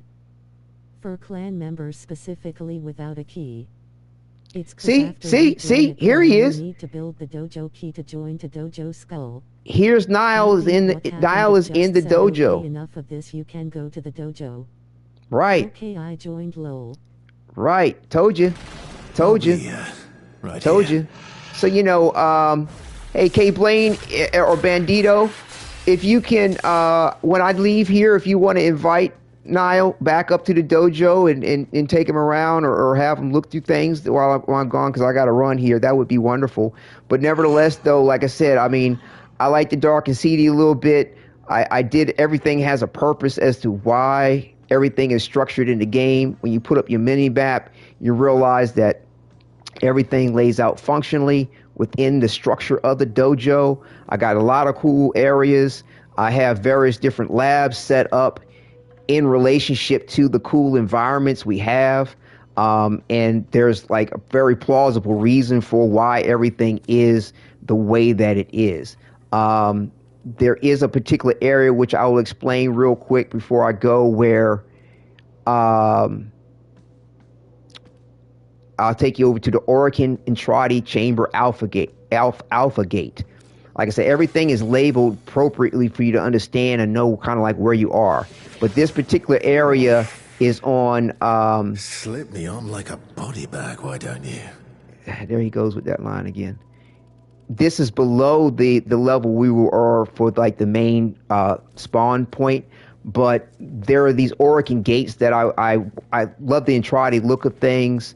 Created this sort of gateway to a virtual area, not virtual, but you're going through a gateway to another region in the star chart. This is technically not a part of the dojo, but yet it still could look like it would fit in it.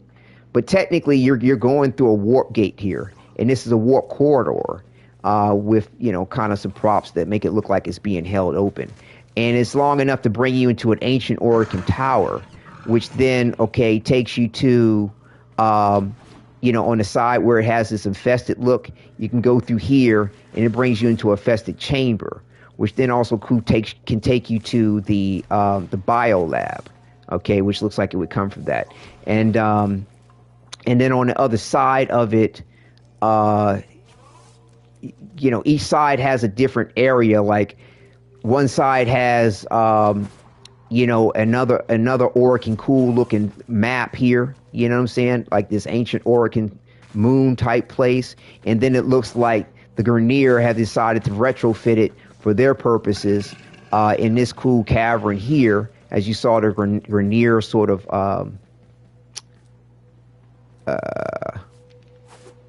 you know, portal through things or whatever.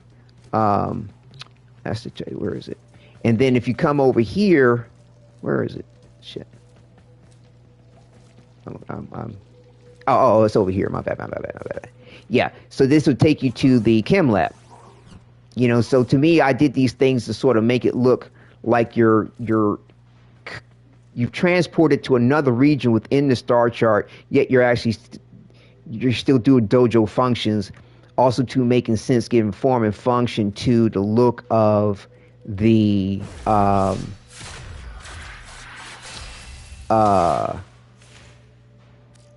maps and the cool environments we have. And then on the other side, there's an Alpha Gate Zeta. Okay, you got Alpha and Zeta, beginning and end there.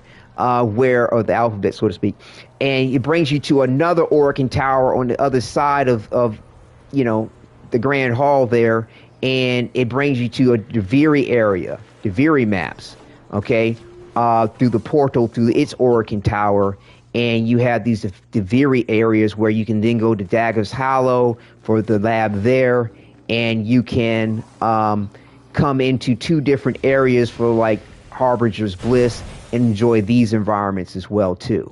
So there are a lot of really wonderful areas. I've tried to do everything that would make sense, in my opinion, to things, working within and having aspects within the lore that you know, coincide with the dojo.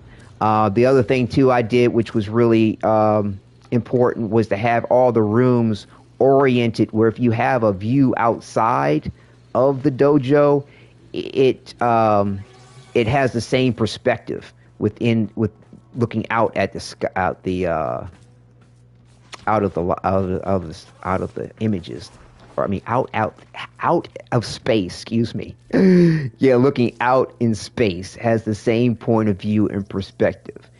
So you know, so there's a lot of little devil to the detail, but all the labbing stuff is done. We're ranked 11, which is the highest late rank you think you can have right now with a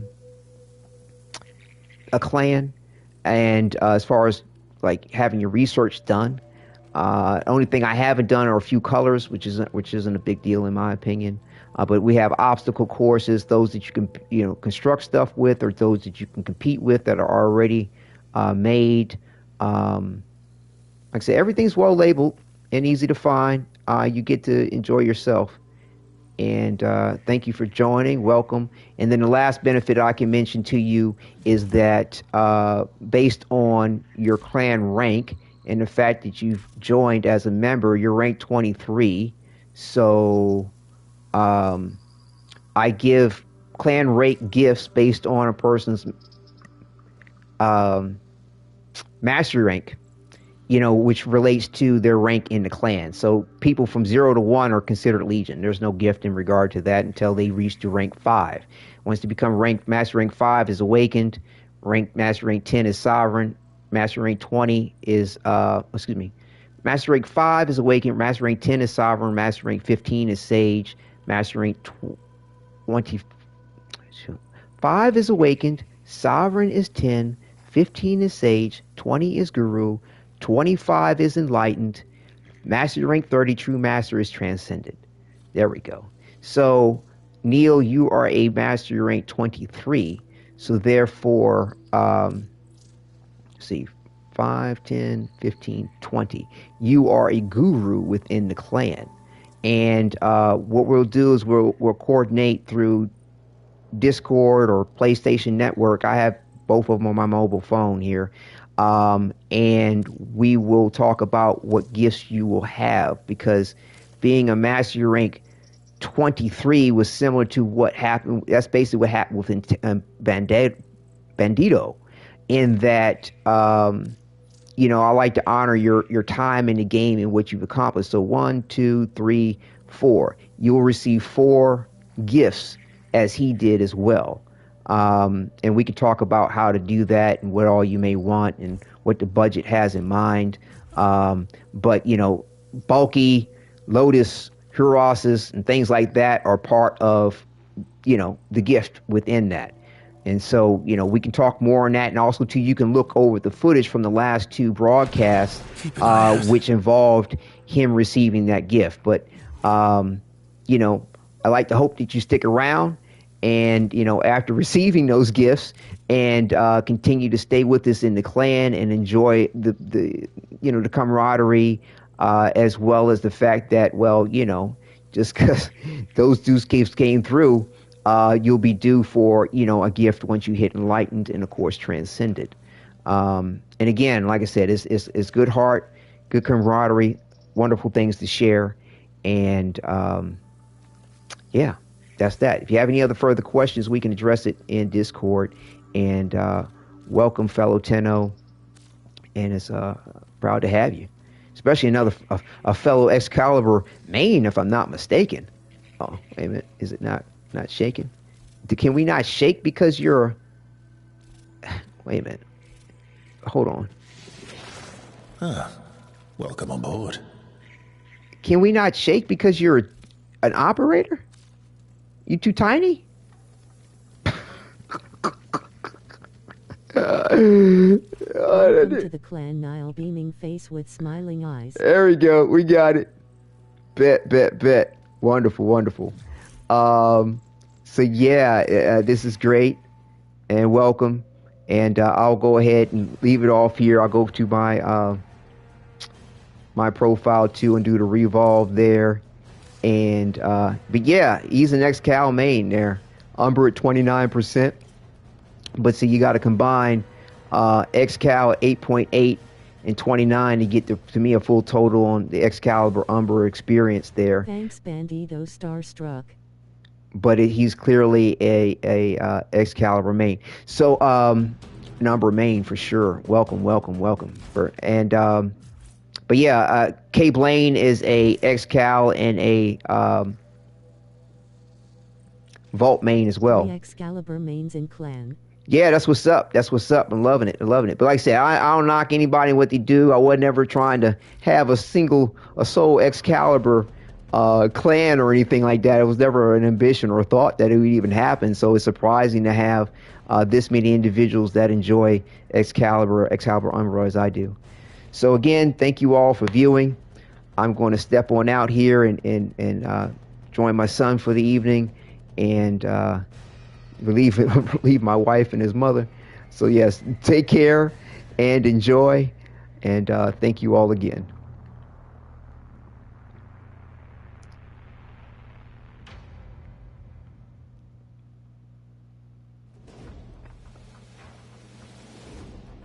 Have a great rest of your day, waving hand. You have a good day, Wadidja. You too. Thank you all as well. But yeah, I've got to get these. Wadid. I got to get these broadcasts better timed to end. Thank you for viewing. On things the way properly.